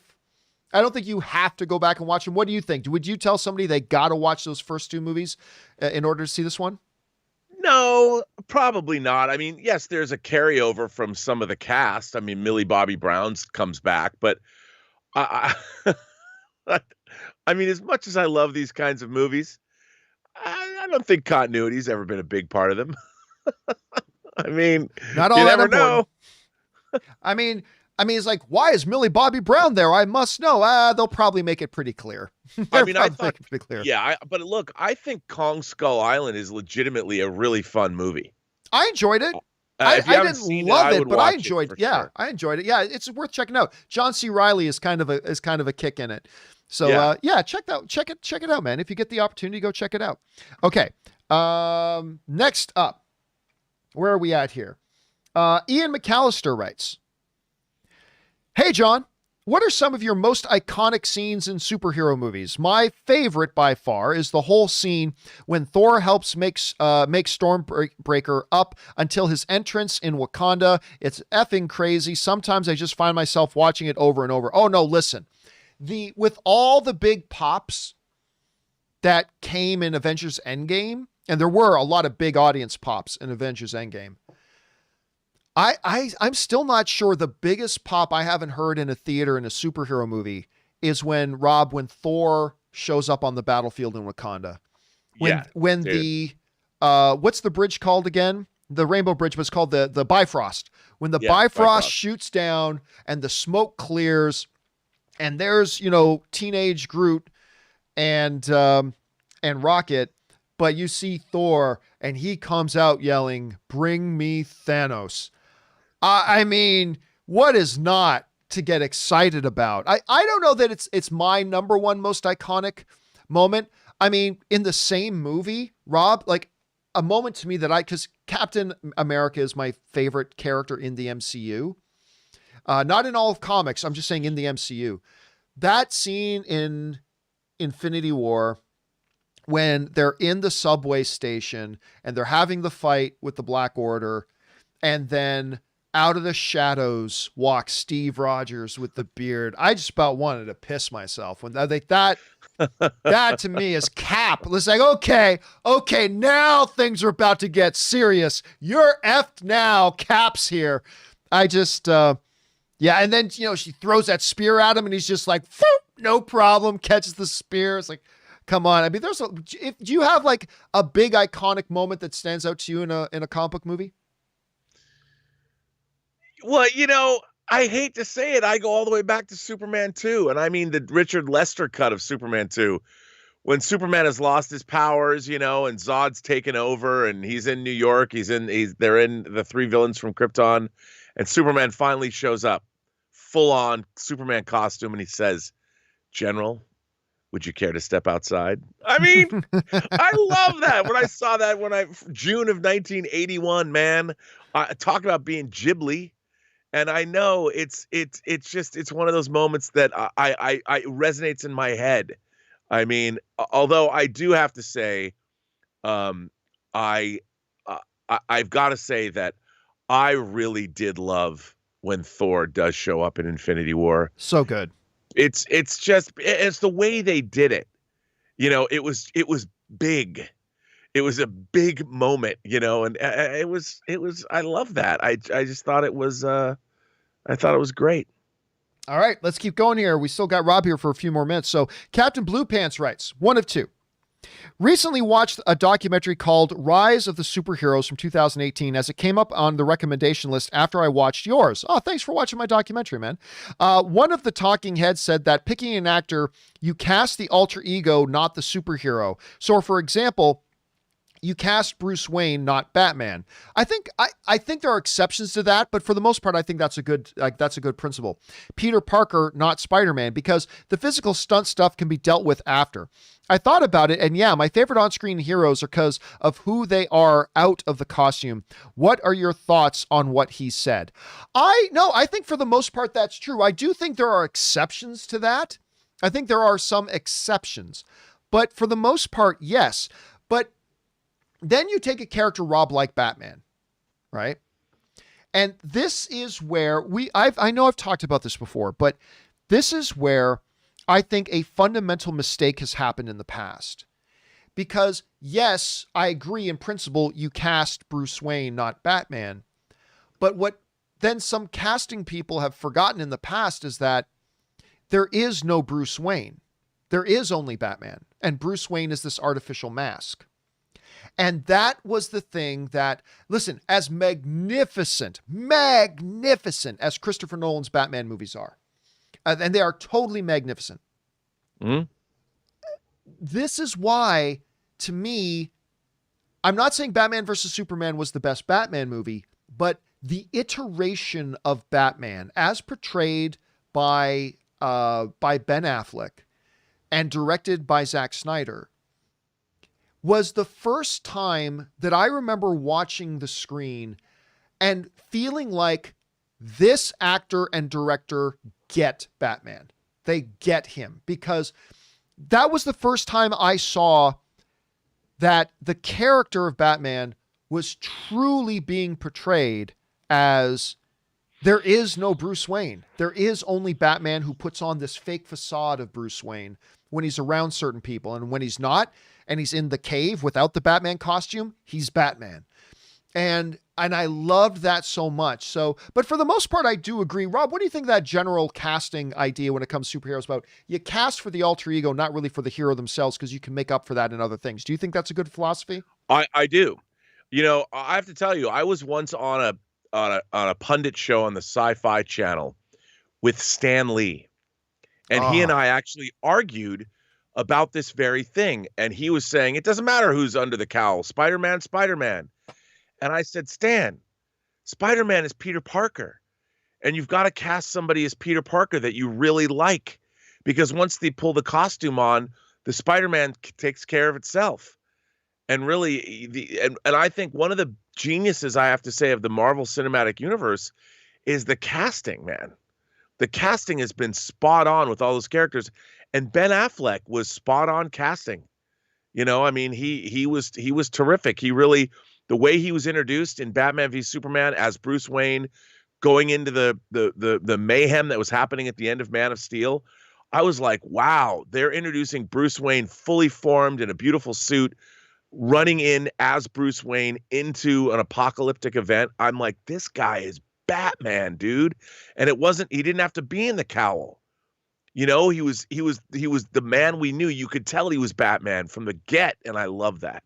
That's one of the things that I really did appreciate about the trailer for the new Batman movie by Matt Reeves, is that they also seem to get that. It's not like, hey, I'm Bruce Wayne and blah, blah, blah, but I need to scare some criminals, so I'll put on this mask of Batman. No, that's who he is. Like, it feels like Zack Snyder and Ben Affleck understood, and it feels like Matt Reeves understands that it wasn't just Thomas Wayne and Martha Wayne who died in that alley. Young Bruce Wayne died in that alley, and the Batman was born. And it feels like I don't know, Rob, maybe I'm just being overly optimistic, but it feels like Matt Reeves gets that too when I see that trailer. You know what I mean? So I agree. Well, we'll have to see how that kind of turns out. All right. Let's get another one in here for Rob. Sergeant Ward writes, do you think Netflix can get into the theatrical release business? I know they do limited releases, but what about full releases? Maybe the HBO Max thing and have them simultaneously streaming and theater releases. Just a thought. What are your thoughts? Yes, they can. And Rob, I think something is coming up that I think is actually going to be pivotal in the history of where things go from here. We've got a Marty Scorsese movie coming called, what is it? Killers of the Flower Moon? Yeah, Killers of the Flower Moon with Leonardo DiCaprio that's being financed by Apple. Apple's paying for it, $200 million production budget, which is insane. Absolutely insane. It shouldn't cost that much, but it is. And what they're doing is Apple is going to give this movie a full standard theatrical release. And then later, after the theatrical window is done, it will exclusively be on Apple TV Plus. This is the first time that I can think of a movie kind of like this. I mean, you go back to Kumail Nanjiani's The Big Sick. That's like Amazon did the same thing. They financed this film, they put it out full theatrical run, then it was exclusive on Amazon Prime. But now we've got a Scorsese movie coming doing that. And the people from Amazon say that really worked for them because not only did they make a bunch of money in theaters, but it gave the movie a much higher profile, talking about The Big Sick, gave it a much higher profile than it would have had than if they just dropped it on Amazon Prime. And they think that doing that actually got more eyeballs on the Amazon Prime version of it once it hit Amazon Prime. And this is a big if, Rob, I don't know that this is what'll happen, but if Apple has success with this, if they put this movie out in theaters and make some money in theaters and it gets big, high profile because it's a big nationwide theatrical release, and then it comes to HBO or then it comes to Apple TV Plus and they get big viewership on an Apple TV Plus, Netflix has always been in a position, if they wanted to put out their originals in theaters first. The problem hasn't been that they're not allowed to. The problem has been that Netflix refuses to then recognize the theatrical window and wait 90 days before putting it on Netflix. I would submit this, Rob. And this is a huge if Netflix sees Apple have big success, and again, this is a massive if, but if Netflix sees Apple have some kind of massive success with this strategy they're employing with Killers of the Flower Moon, putting in theaters, theatrical window, putting on Apple TV Plus and getting a big explosion of views on TV Plus, I would bet that we will see Netflix delve into that. I would bet we would see it. But again, that's a huge if on that happening with Killers of the Flower Moon. Rob, how do you see this shaking out? What do you think could happen here? Maybe. Look, I still maintain that we are seeing the slow decline of theatrical business. And the streamers are spending this money to put marquee material on their services to drive subscriptions, to drive viewers there. That's where they want. That's where they want it to go. I mean, I know that you spend $200 million and you can pick up $1 billion at the box office before it goes to streaming. That's always something sure, you want that. But I think eventually people like AT&T, they don't care. I really honestly believe that eventually these streaming services, they're not interested in theatrical revenue. They're just not. All right. Rob, I know we've taken you over time. Thanks again for being here, man. Always good to have you here. I know you've got a shed to get to. By the way, I'm not going to lie. I saw that picture of that shed you built, man, and I was kind of envious. I'm like, look at that. He built that thing. I built that shed. It was it was good. And your hair was wild. What was going on with your hair in that picture? That was wild. I had no product in it. No product. People said I looked like the Steve Bannon Unabomber. I didn't even think about that. But listen, dude, all good as always to have you here. We'll, of course, have you back here on Monday. But in the meantime, Rob, where can people follow you and your adventures? And more importantly, where can they get caught up a little bit or get some information about this movie that you have worked years on called Tango Shalom that is now making its rounds there. But where can people go get more information about that movie as well? Well, you can find me on Twitter, Burnett RM. Find me on Instagram at Robert Meyer Burnett, or find me on my own YouTube channel, The Burnett Work. And you can also find out about Tango Shalom. We won our first festival award in Jaipur, India. We won the Best Critics Award in Jaipur, India, which is crazy. And it's going to be playing. It's rolling out. There's at least 10 film festivals you can see it at in the next couple months all over the United States. And in Canada, John, Canadian kids. 2 different cities in Canada you can see Tango Shalom in, but I can't announce which cities that. Let's say they're on either side of Canada. So it's all good, and you can go to the YouTube page, Tango Shalom the movie, and watch the trailer. So that's pretty much it, and I'm going to, be renovating the Raw Observatory, and you're going to be renovating your new studio.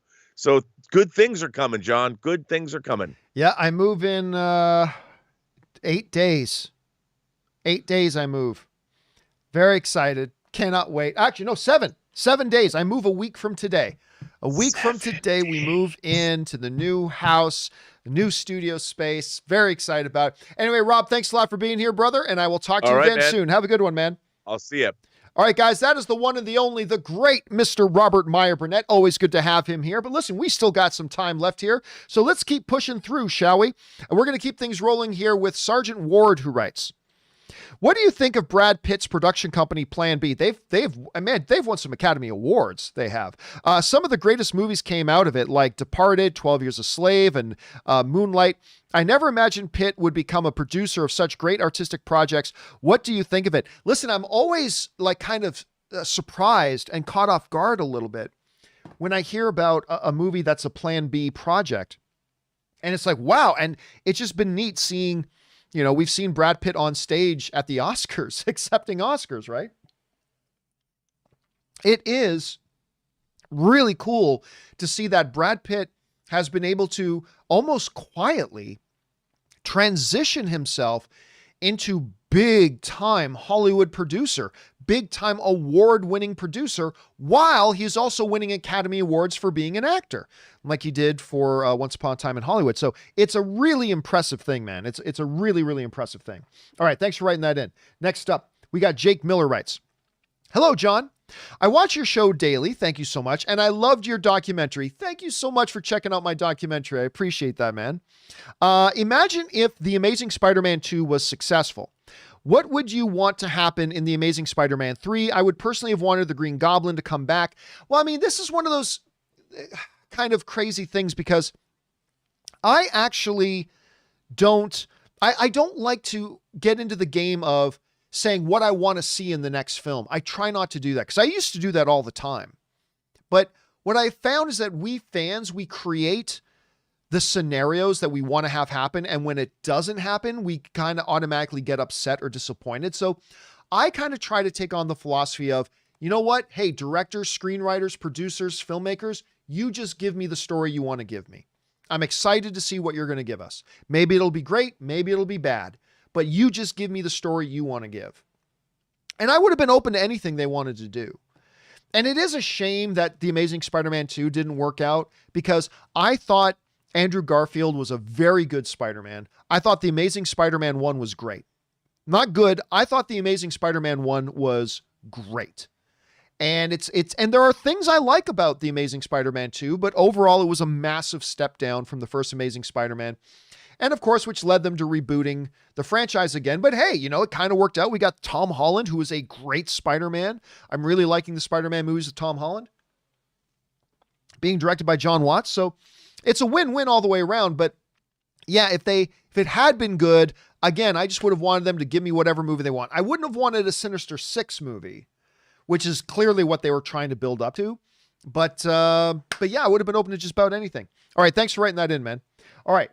Next up, Adam Rose writes, hey, John, I've been watching you for many years. Thank you so much. Appreciate that. And it feels like we are essentially best friends, even though we've never met. I totally know the feeling, man.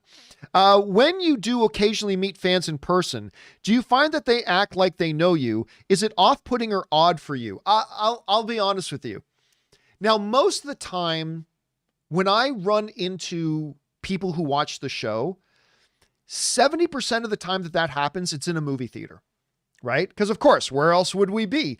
But 70% of the time we're in a movie theater or when we go to conventions, but a lot of times too, we'll just be at a restaurant and people will come over and say hi and it's great. It's not off-putting at all. It makes me very nervous because I'm very socially awkward and I'm totally terrified. I'm totally terrified that I don't want to disappoint people that meet me. And I'm totally socially inept. I have zero social skills. Hey, listen, I'm secure enough to admit it. I have zero social skills. I completely do. I have none. I'm totally socially awkward. I am much more comfortable. I've said this before. I am more comfortable being on stage in Hall H in Comic-Con in front of 6,000 people, moderating a panel than I am about coming off the stage and talking to the 5 people waiting to talk to me because I'm so totally socially awkward. And I'm so honored when people want to come up and talk to me that I feel like I don't want to fail them. But the only time it feels not bad, just like kind of weird, like what, this is surreal, is when like Anne will be with me and people will come up to talk to me and Anne will be with me and like they'll turn to Anne totally well meaning and saying, "Oh, Anne, how are you enjoying that thing you got recently?" Because maybe I mentioned it on the show that, my wife Anne got this thing. So they totally feel like they know me and Anne because I talk about us on the show. And then they're being polite by asking Anne, "Hey, Anne, how are you liking that thing?" But it's like, Anne is like, I don't know who this person is. And they know these personal details about me. It is it's surreal. It's not bad. It's just a little bit surreal. That's all. But I'm always super honored and thrilled when people do. And what can I say? You guys make this fucking nobody from Canada feel really special when you do. And thank you to all you guys who do come up and say hi when you see me at places. You make this dude feel really special. And thank you so much for that. I appreciate that. All right, next up. Moses Barksdale writes, "Have you heard of a show called Search Party?" I don't think I have. The first 2 seasons were on TBS, and the third is current 4th season is on HBO Max. It stars Elia Shawkat, who I've been a fan of for a while. It's pretty good. What's it called? Search Party? Let me see if I can look this up. No, I'm not. Normally when I haven't heard of a show, it's because it's a Netflix thing, because they're terrible at promoting their own stuff. All right, let's see here. What do they say about this? Search Party is a dark comedy about 4 self-absorbed 20-somethings who become entangled in an ominous mystery when a former college acquaintance suddenly disappears. Interesting. It stopped being a party a long time ago. Listen, I guess I've never even heard of this show. What do you guys think? Are you guys familiar with this? This has never even been on my radar. Thank you for putting on my radar, Moses. And you probably just turned a lot of people onto it by writing it in. So good on. It's always fun. I get a lot of people who write in and say, "Hey, John, somebody on your show," usually one of the viewers, "was recommending this show and I watched it and it's great." So remember, guys, when you guys write in these recommendations, it's not just me you're recommending it to. You're recommending it to tens of thousands of other people, who a lot of whom then take your advice and go check these out. And I got a feeling a bunch of people, but yeah, up until right now, I've never heard of Search Party. Interesting. Thanks for sharing that, Moses. Next up, we got not Sam Wilson, who writes, "Hey, John, I am not trying to crap on Rotten Tomatoes, but I do think there needs to be another rank between fresh and rotten. I'll have seen Wonder Woman 84. I haven't seen Wonder Woman 84 yet. So last week I read through 10 pages of reviews on Rotten Tomatoes looking only at fresh reviews. Not one of the pundits I watched liked it, so I was looking for some positive opinions and I discovered a potential problem. Rotten Tomatoes counts too many reviewers that amount to meh as positive unless they say this is a bad movie. It is fresh on Rotten Tomatoes, for example. Not one fresh review says, "I think the actors involved were really great, but somehow just felt a bit hollow." Another, "Maxwell grants wishes to everyone in the world, and Wonder Woman's reversal of it all is just too much soggy melodrama. There's simply too much fat in this 151-minute film and not enough action sequences." Here's another review. For better and for worse, Wonder Woman 84 is the rare superhero film that doesn't strive to class up the source material. I remember I read that one too. I read that review myself. Fresh Review calls the movie serviceable and another mediocre. Some of the Fresh reviews boil it down to not great, but not as dark as previous DC films. It seems to me that if you remove the tepid, just okay reviews, Wonder Woman 84 would be a sub 30%. Okay, here's the problem, Sam, with the way you're looking at it, if I may, and why this is actually a good thing that they do. The first thing you have to understand is that I am actually a critic on Rotten Tomatoes. I've only ever submitted like 5 of my reviews on there, even though I am. But here's the thing. When I go into Rotten Tomatoes as a critic to submit my review, one of the things it asks me is, do I give it the thumbs up or thumbs down? Do I say it's positive or do I say it's negative? That's on me to put in, right? That's on me to put in.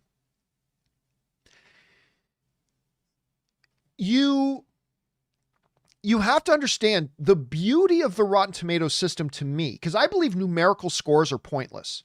All I want to know is, out of all the critics with all these vastly different opinions, how much of them would say, I like it? I don't care how much, whether it's by this much or whether it's by a mile. How much would you say of them would say they like it versus how much would they say they don't like it? Because you could also make the argument that if you take all the negative reviews that still say a lot of positive things about it, like you guys will hear me talk about movies I don't like, but I'll often talk about the things about the movie that I do like.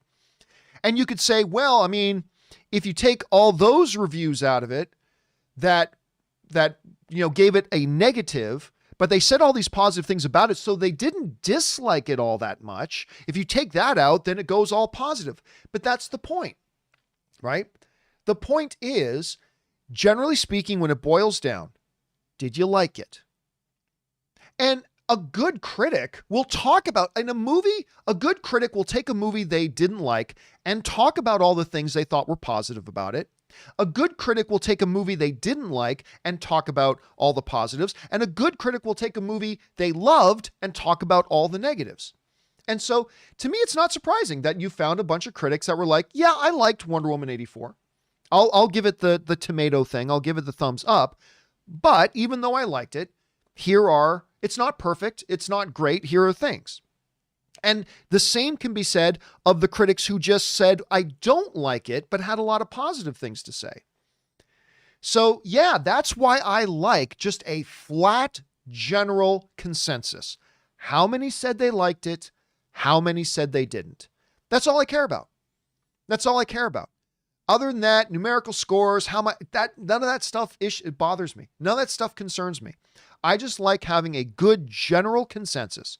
Out of the 500 critics who watched this movie, what percentage of them liked it? That's all. I just want to know what percentage of them liked it. I'm sure some of them loved it.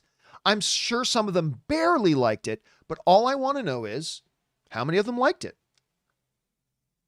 and how many of them disliked it. You know, if 67% of the critics liked it, that means 33% of them didn't. I don't care if they just barely didn't like it or if they totally thought it was the worst film in the world. I just want that general idea. How many said they liked it and how many said they didn't?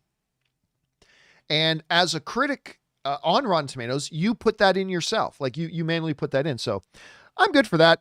I actually think that's a positive thing, Sam. That's why I like it. That's just why it's one of the things that I do enjoy. Yeah, anyway, there's that. Anyway, thanks for writing that in, Sam. Appreciate your point of view on that, dude. And I'm sure there's a lot of people who agree with you as well. I'm just giving you my particular point of view on that. All right, next up, we've got one of two. Hey, John. Thanks, by the way, for your input on my Clone Wars series review. I kind of agree with you regarding your thoughts on season 7. Although the last 4 episodes were great, I actually kind of liked the Bad Batch episodes just because that one guy who likes to blow things up. But I have to agree, Rebels is way better, even better than Clone Wars Season 7 overall, although I did see Rebels before watching Clone Wars. See, that could have something to do with it, right? I think sometimes what you watch first can kind of influence how you compare what comes next. Sometimes we let ourselves do that, sometimes we don't. I know I've been guilty of that too.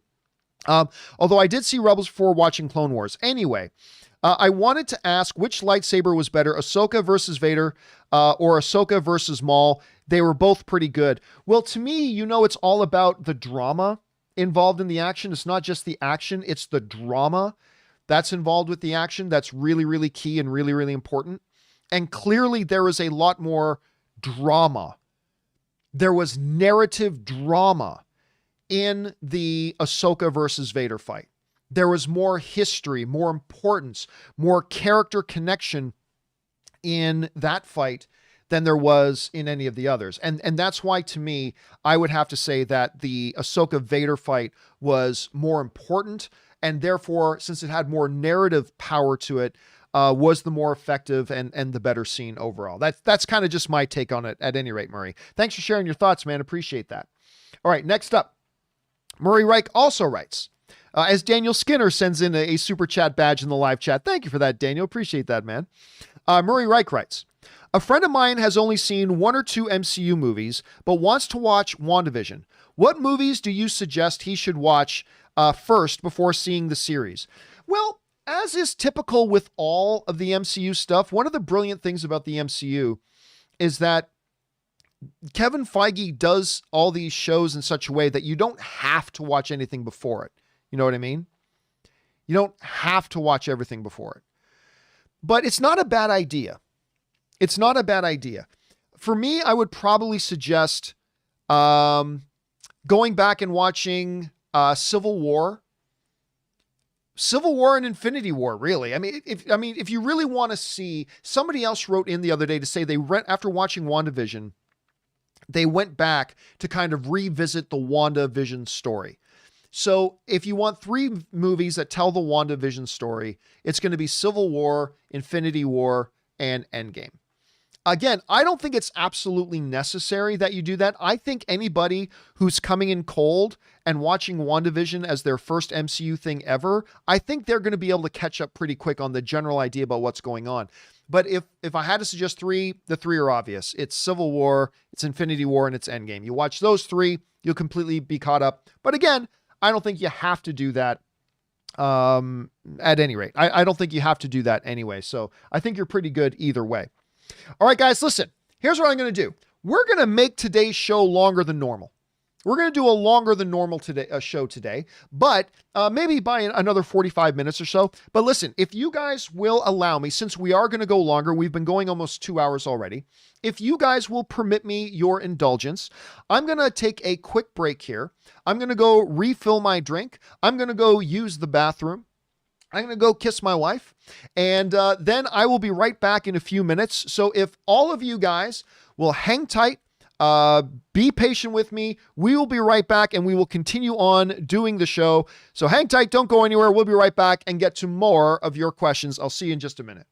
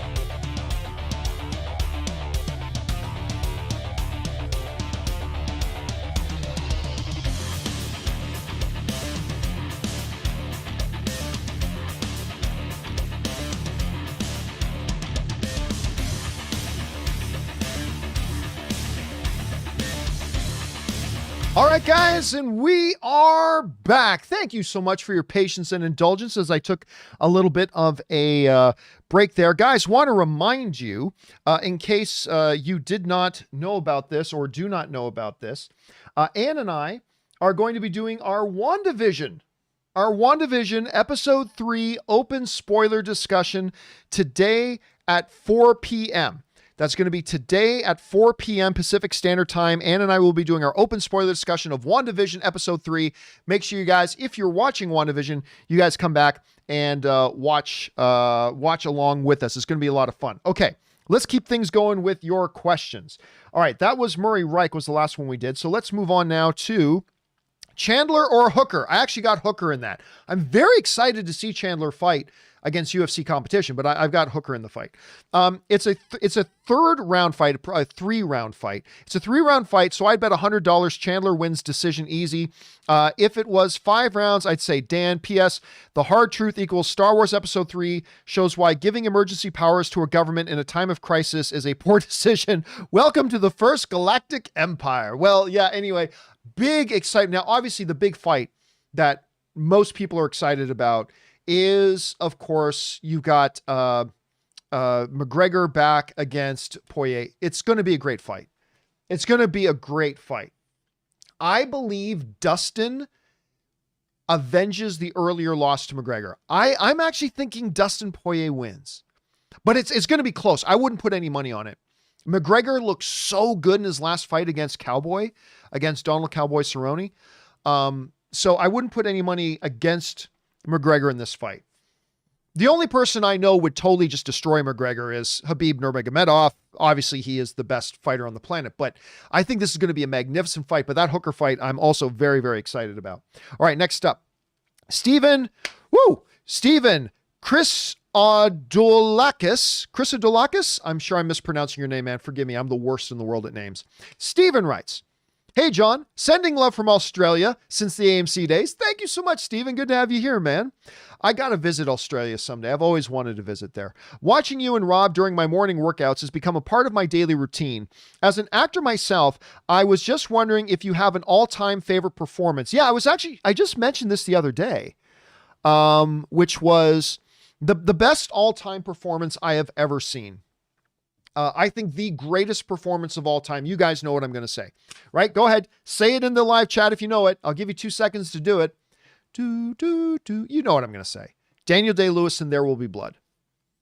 The Daniel Day-Lewis in There Will Be Blood. I don't think There Will Be Blood is the greatest movie of all time. But Daniel Day-Lewis in There Will Be Blood is the single greatest male lead performance I have ever seen.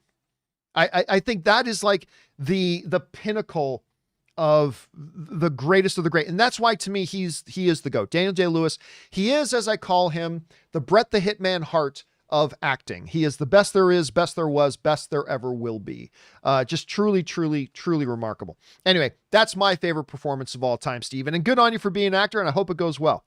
All right, next up, Dakota writes, and I see a bunch of you guys in the chat knew exactly what I was going to say. All right, Dakota writes, well done, Quirky Joe and Jimmy 22 and everyone else. Dakota writes, do you have any movies that are heavily panned but are guilty pleasures? Mine, to name a few, are Ready to Rumble, The Adventures of Pluto Nash, wow, Cat in the Hat, little Myers in there, and Doom. Keep on keeping on, Joe. Yeah, listen, we all, Dakota, never feel bad about loving a movie that everybody else hates. You know why? Because everybody has movies that they love that everybody hates. Everybody has those. And I certainly do. What the ones I usually go to are this. The oft Michael Bay movie that's often panned, Armageddon, which I love Armageddon. I don't care what anybody else says. I love Armageddon.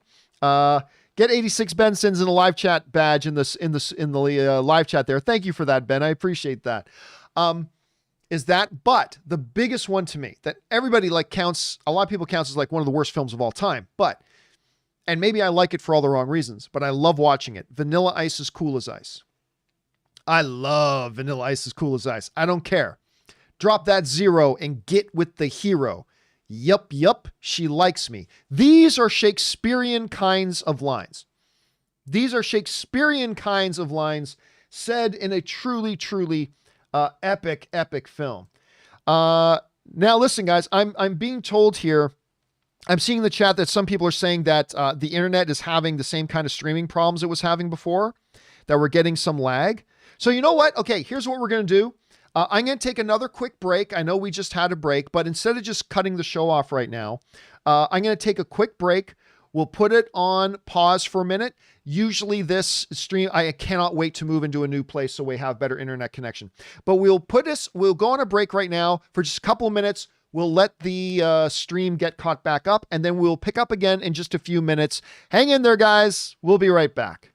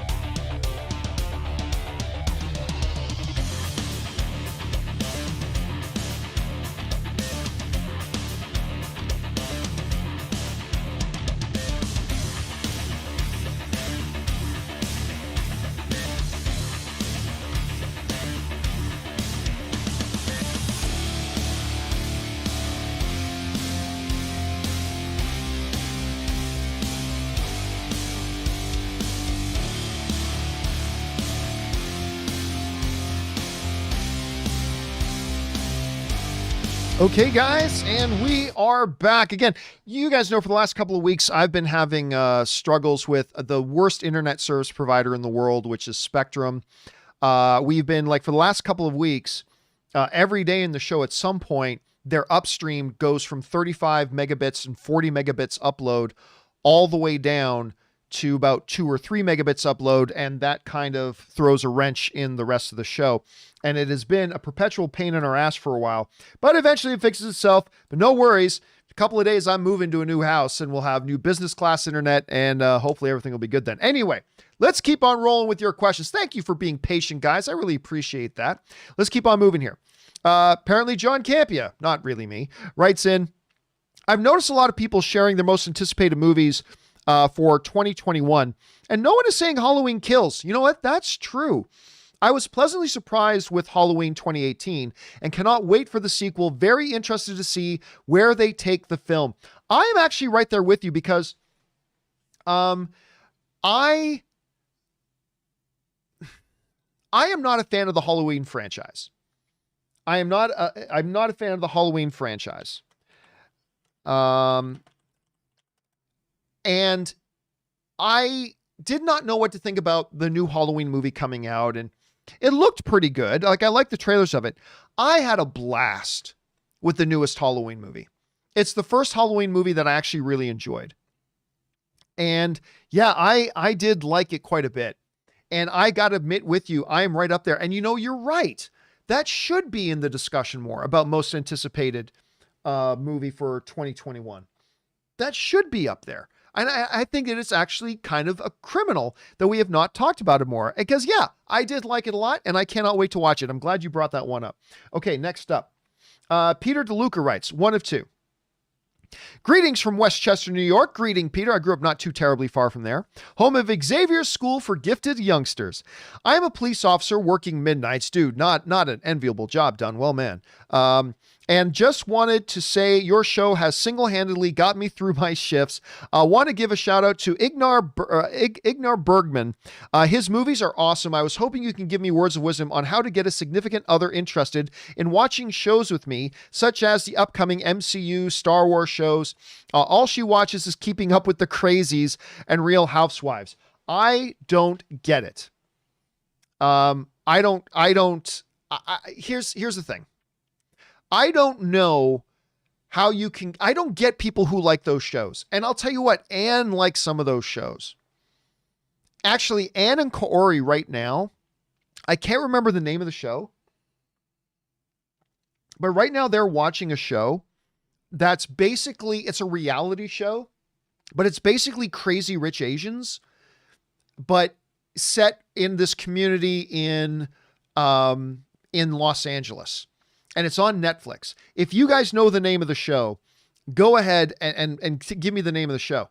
But I was downstairs when Ann and Corey was over the other night, and I'm downstairs and I watched 5 minutes of this, and I'm just like, how on earth can anybody watch this? How on earth can anybody watch this? This is terrible. I do not understand the appeal of those shows. That being said, for all of us who look at that and say, how could anybody watch that? Let us not forget that I'm sure a lot of people will look at the stuff that we watch and think, how can you guys watch that? Oh, that's it. Somebody's just wrote in Bling Empire. Shinwar just wrote, that's the name of it. Bling Empire. I don't understand the appeal of that. But then again, I'm sure my wife can walk in and see me watching the Transformers animated show, and she think, why the hell is my grown ass husband watching Transformers cartoons? Right? So let's not judge, everybody. Let's not judge. What I would say is this, Peter, is that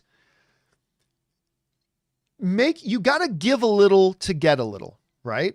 So just sit down with your significant other and say, hey, I'll tell you what, how about tonight I watch Bling Empire or whatever Kardashians bullshit thing you want to watch. Don't say bullshit thing to her. That'll make you seem disingenuous.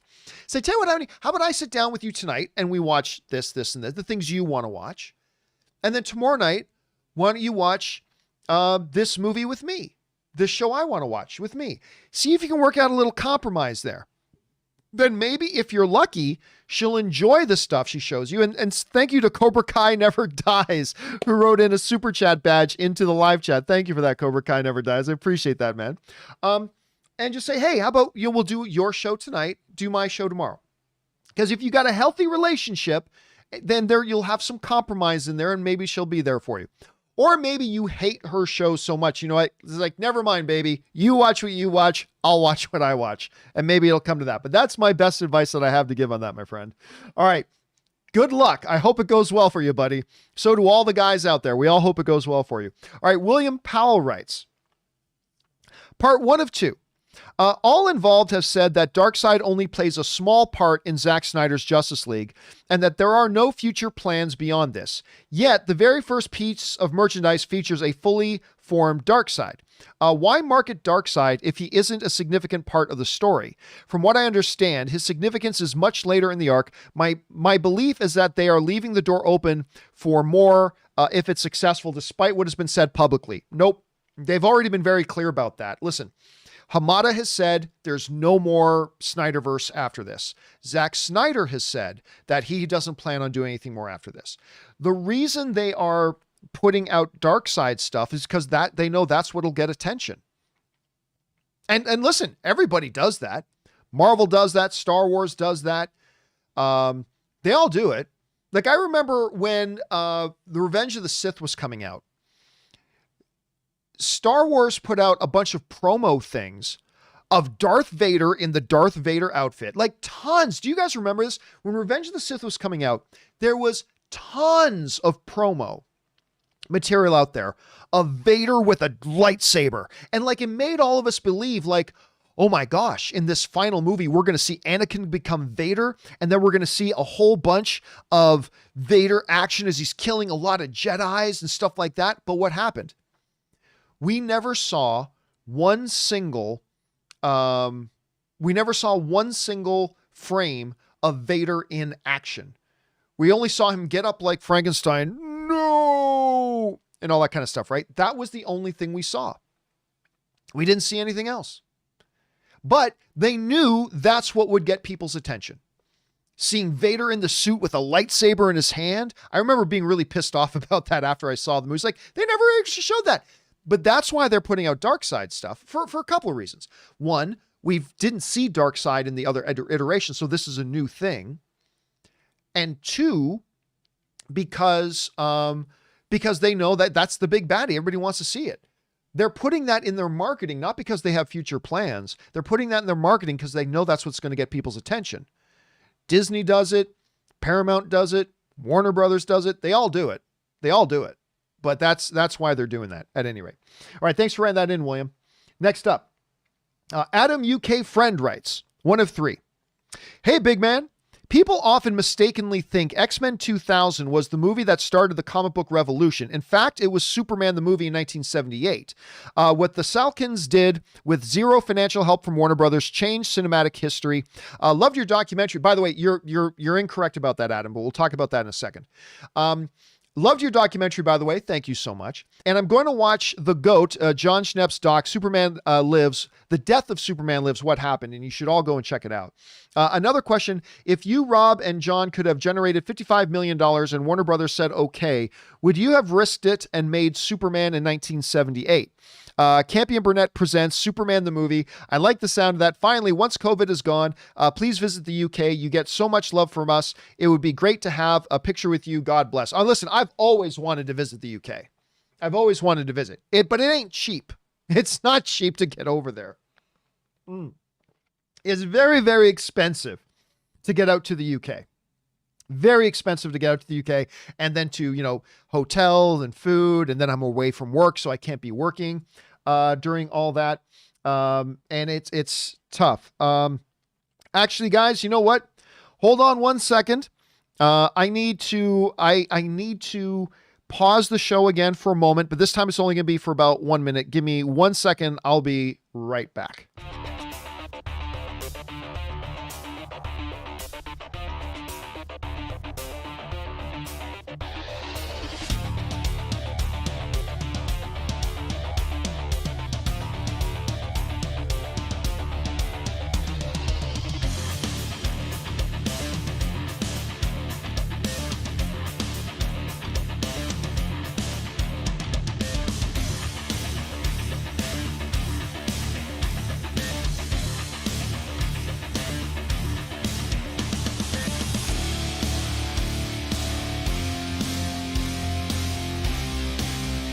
All right, sorry for that, guys. You know what happened? I'm just going to tell you what happened. So you guys know I just bought a house, and it's being renovated right now. Ann and I are moving next week.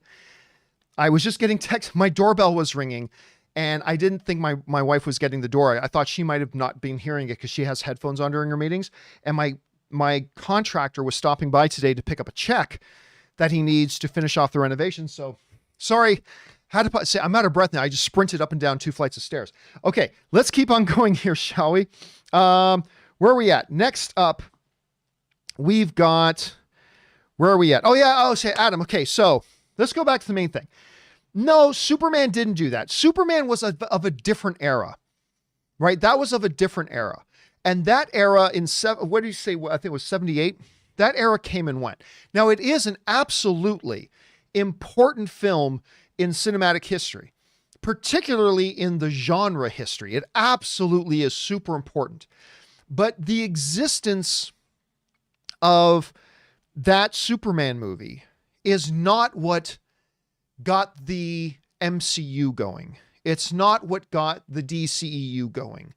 It's not what got all those things done. When you listen to Hollywood producers, and we've brought these up on the show before, and we've shown the quotes and everything. When you listen to Hollywood producers and studio execs, they all say the same thing. The movie that kind of signaled, like the bat signal going into the air in the Gotham sky, the movie that kind of made Hollywood stand up, sit up and take notice and said, the industry is ready for these types of movies, was the first X-Men film. You know, we hear, I'm trying to remember the name, the producer of Christopher Nolan's Dark Knight movies, David something or other. Anyway, we've shown his quotes before where it's like, where he said, it was that moment that when we saw this comic book movie that started with a scene of a family being torn apart in a German concentration camp. They said it was when we saw that we knew the time had come. We can make these kinds of movies now. Whereas before that, they never really had that thought. Like Blade had come out before that, and I like Blade a lot, but Blade never kind of made Hollywood feel like the industry is ready for a new movement, like for this genre to really come in. And the studio execs and the producers, they'll all point to that X-Men movie. That was the movie that to them said, we can make these kinds, not just comic book films, but great films. And that's where again, that doesn't take away anything from the importance of the original Superman movie at all. It has a very important place in history, but the whole golden age of comic book movies that we're in right now, that was all due very much in part to that first X-Men movie. And that's why it's so significant to what it is today. Anyway, excellent thoughts, man. Thanks for sending that in, Adam. Appreciate that.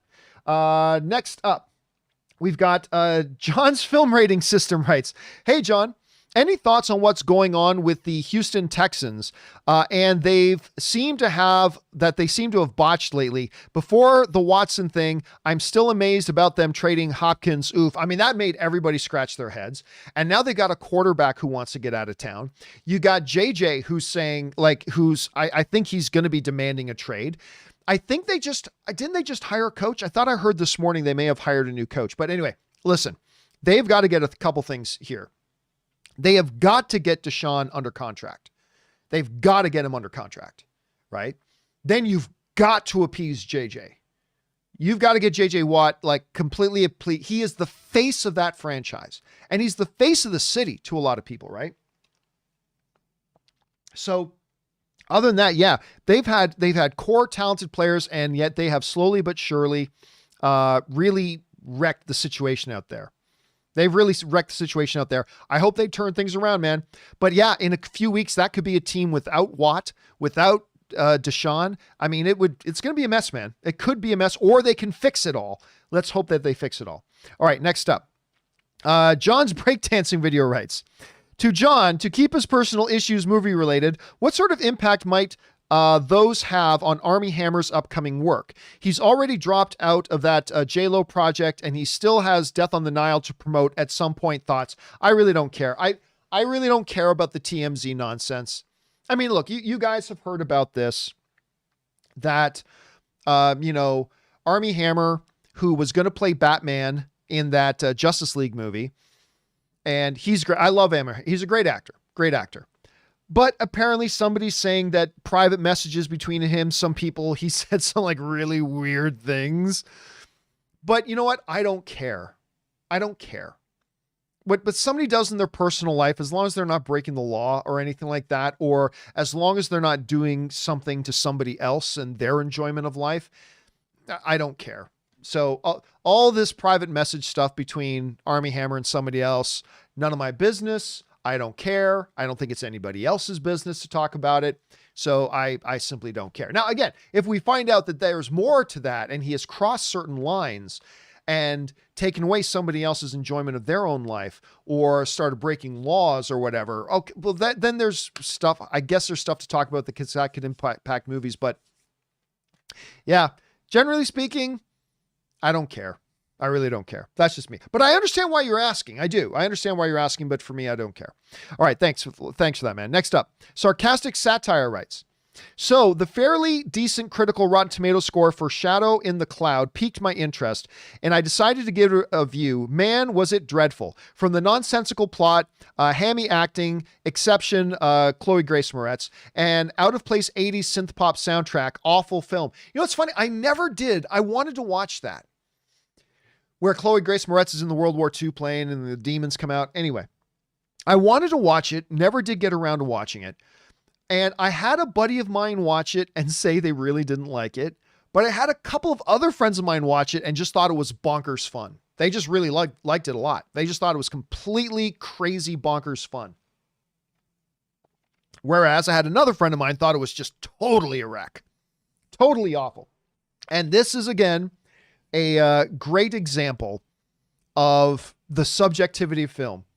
Because out of these people who told me they watched it, they generally usually like and dislike the same things. Generally, certainly there are exceptions, obviously, all the time. But two really, really liked Shadow in the Cloud, and one really didn't like it. It's a great example of that, and clearly you didn't like it either. I have no opinion because I haven't seen the film myself, so I can't kind of give an edge there. But yeah, I do watch it, and I've got like Bill. I've got Bill in the live chat right now saying that it was good. Then I've got Kumar saying it has so many plot holes. I mean, so it's clearly very, very split. It's clearly a movie that's very split, but I did want to see it.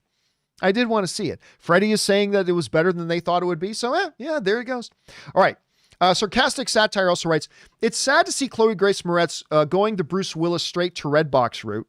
The film was clearly a role she took to pay her car note / mortgage. At least in Moritz's case, she didn't mail in her performance like Willis has been of late. Listen, a lot of actors, every actor who takes a role is taking it for the paycheck. There are some rare exceptions to that. Absolutely. There are some rare exceptions, but for the most part, you know, Michael Douglas put it to me best when I got to sit down with Michael Douglas, and he's like one of the most iconic Academy Award winning actor, one of the most iconic actors ever, coming from a father who is also one of the most iconic actors ever. And Michael Douglas said to me when I asked him about, you know, why did you take this movie? What was about this movie that appealed to you? He said simply this. He goes, I'm an actor for hire. My profession, my trade is acting. And when somebody requires my services, if they're willing to pay what my rate is for providing my services as an actor, then I'm more than happy to provide my service. I'm an actor for hire. That's what actors are. And, you know, Chloe Grace Moretz, I think she's still got a very, very bright future. I really do. I think she's got a very, very bright future. But listen, every actor has those roles that maybe they'd like to forget. But again, when it comes to Shadow in the Cloud, I'm hearing a lot of people really do like it. So some people will. I am curious to find out if I'm going to like it or not. We'll have to wait and see. All right, next up. Ronald Dump writes, I just tried watching the new Chiwetel Ejiofor movie Lockdown. Had to turn it off. That's the one he's in with Anne Hathaway. Had to turn it off halfway through. It was poorly shot with a cell and the plot was weak. A pandemic backdrop isn't a good idea until we're out of this. What do you think? Haven't watched it myself yet, but I'm dying to watch it because I love Anne Hathaway and I love Chiwetel Ejiofor. Hold a second. Let me just, what are people saying about it right now? So I do love those two. And I do think the background of a heist during a pandemic is a fascinating idea. I never think it's a bad idea to tell stories. I just don't think it's a bad idea to tell stories. And I think right now we are still in the throes of a pandemic. So telling stories that happen in the cultural context of a pandemic, I don't think there's anything wrong with that personally. That's just my own personal take. I have no argument with anybody who does have issue with it. That's perfectly fine. So I don't mind that. I kind of like that as a premise. And like I said, I love these two lead actors, but man, you are not alone, because I haven't seen this before. But right now, the critic and audience ratings on this movie are not good. They are not good. 46%, 34%, not good at all. So clearly, I thought this looked and sounded really great, but now I'm hearing from you, Ronald, that you didn't like it at all. And now I'm seeing that the scores on it are really, the audience and the critics are not liking this film. I'm still going to watch it just because, like I said, I love Chiwetel Ejiofor, I love Anne Hathaway, and I like the premise, but sounds like maybe it was a bit of a miss, Ronald. Thanks for giving me the heads up on that, man. All right, next up. We've got Dean Dillon, who writes, "Hey, John, did you hear that Cillian Murphy has been mentioned more than once to replace Daniel Craig as James Bond? Do you think Cillian Murphy is a good fit for Bond? I got my info on it from the Irish Post. If you want to check out their website, thanks." Well, here's the reality. There have been, I think now, 732 actors have been confirmed that they're going to be the next Bond. Right? Every month there's a new, oh, this guy's going to be Bond. Oh, we can confirm that this other guy's going to be Bond. No. It's going to be Tom Hiddleston as Bond. No, wait, it's going to be Henry Cavill as Bond. No, wait, Idris Elba is going to be Bond. No. It's going to be Michael B. Jordan. And now the flavor of the week is Cillian Murphy. Hey, listen, all I care about is, are they good actors? Cillian Murphy's a good actor. You can't even ask whether he'd be a good Bond because every Bond has been different.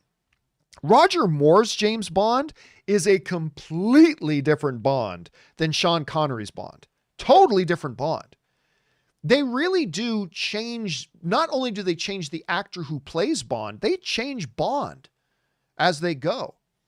Because again, Roger Moore's Bond, totally different than Sean Connery's Bond, totally different than Timothy Dalton's Bond, totally different than Pierce Brosnan's Bond, totally different than Daniel Craig's Bond.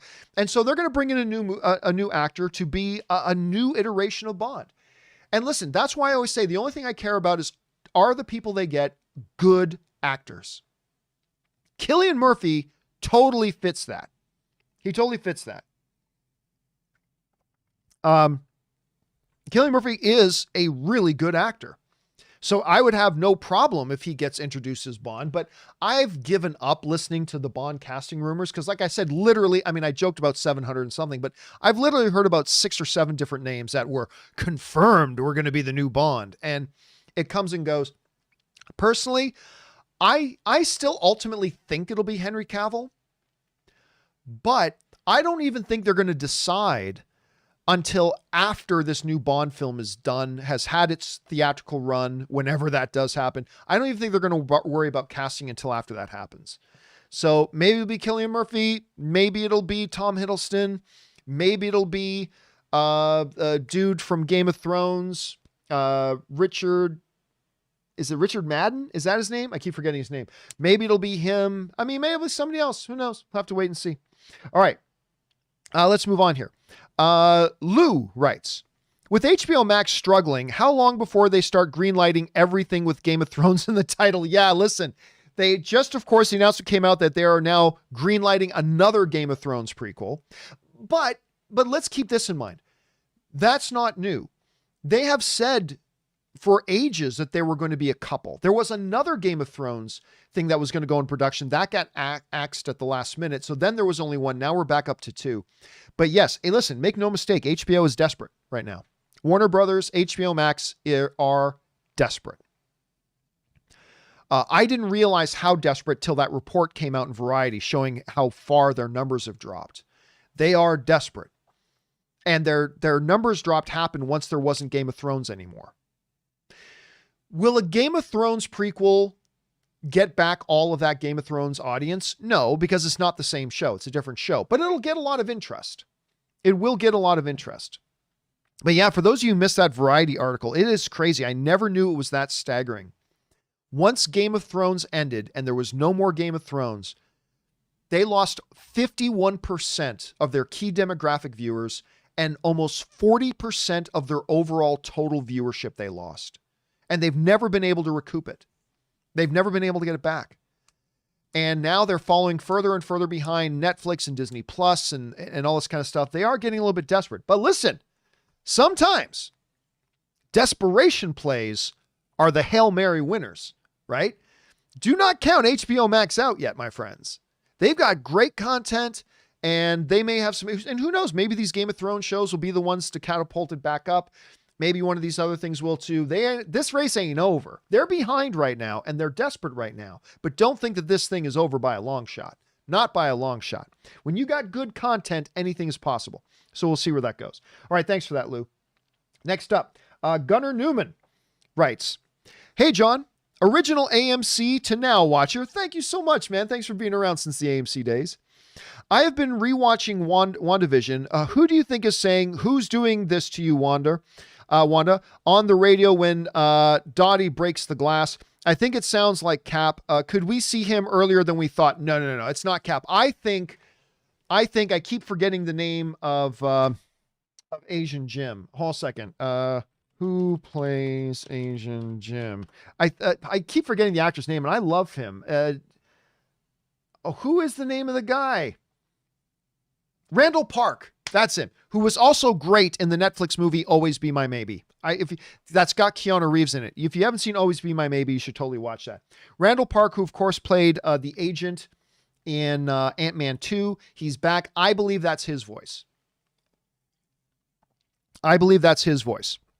And again, don't forget, Ann and I will be doing our WandaVision Episode 3 spoiler discussion at 4 p.m. Pacific Standard Time. That's in about 3.5 hours from now, so make sure you guys come back and join us for that. But I believe it's him. I think it's him. I could be wrong, but I think it's him. All right, next up, we've got Dan S. writes, did you know Patrick Leahy, U.S. Senate President, fourth in line for the president behind Pelosi, has been in 5 Batman films, Returns Forever, Dark Knight, The Dark Knight Rises, and BVS, and voiced the mayor in the animated series. He's been in more Batman than any other actual actor. I had no idea about that. Let me look that up. That's not who I would have guessed. Hold on a second. Let me bring this up. Patrick Leahy. I did not know that. Look at all them Batman things. He was even in Batman and Robin. Didn't know that. He plays himself in Batman and Robin. In Batman versus Superman, he plays Senator Purrington. In Dark Knight Rises, he plays board member number 2. And in The Dark Knight, he plays gentleman at the party. I had no idea about that. That is a terrific piece of movie trivia there. Thanks for putting that in there, Dan. Also, thanks to Creation K, puts in a super chat badge in the live chat of the chat stream there. Thank you so much for that, man. I appreciate that. All right, let's keep going. Next up, Mr. Intellectual writes, you and I know that art is subjective. Should a college professor be fired for teaching people that is objective and force people to be objective when criticizing art? I absolutely think so. It insults their intelligence and is a very dangerous mindset. Well, I don't know. I'm not the guy to sit here and say, what should colleges do with art professors? I don't know. Look, any artist knows that all art is subjective. There is no objective measurement, right? I'm not going to get into the whole spiel again, but again, there's no objective measurement. Something being objectively means when somebody says to you, prove it, you're able to prove it. If I say that, this TV monitor behind me is a 32-inch television monitor, if you were to say to me, prove it, then I can quantifiably and objectively, with scientific units of measurement, prove that it is indeed a 32-inch TV. I will pull out the tape measure and measure from corner to corner, which is how you measure TVs, and it'll turn out to show 32 inches. Therefore, it is proved. It's now beyond refute. It is not subjective. It is not a subject to subjective opinion. It is verifiably a fact. that can't be just debated because we have a scientific unit of measurement. That painting is better than that painting. Prove it. You can't, because it will always come down to a subjective opinion. That's the beautiful thing about art, and artists know this. Anyway, that's just me again. But no, I can't offer an opinion about whether I think college professors should be fired for art class. That's well beyond my pay grade and well beyond the scope of this show. All right. Let's move on here. But thanks for writing that in, Mr. Intellectual. Appreciate that. Next up, William writes, "Hey, John, it seems as though the Snyder Cut will now be released as a single 4-hour movie." Yeah, that's a mistake. Rather than 4 weekly episodes. Snyder seemingly confirmed this on Vero when answering a fan question. "What are your thoughts about the possible change? Thanks." Well, I mean, at the end of the day, it's irrelevant, right? At the end of the day, 3 months from now, or like 3 months after this comes out, it'll be a completely irrelevant detail about whether we watched the whole thing over the span of 4 weeks or whether we watched the whole thing in one sitting. 3 months after it comes out, it'll be a completely irrelevant question. It won't matter. It'll make no difference. But in the immediate, I think it's a mistake. Because as has been proved many, many times, when you have a good show and you release it weekly instead of dropping it all at once, you get more attention, more buzz, and a bigger audience. Because word of mouth spreads over the course of weeks and weeks and weeks and weeks. And then it's great. Here's a great example of that. Cobra Kai season 3. It came out. Everybody loved it. I don't watch it myself, but everybody loved it. And please watch, writes in a super chat badge in the live stream. Thanks, man. I appreciate that. And everybody talked about it for about a week and a half. And now nobody talks about Cobra Kai season 3 anymore because it came and then it went. Whereas Mandalorian came out and we were talking about it every single week for 8 weeks. And it just, the buzz grew and grew and grew and grew. So clearly the smarter thing for them to do is to release it to get more bang for your buck. Release it, have 4 separate events. Episode 1, episode 2, episode 3, episode 4. Build momentum, build buzz, build the audience, excite everybody. Have the Snyder Cut be the topic of conversation for an entire month. That's the smart thing to do.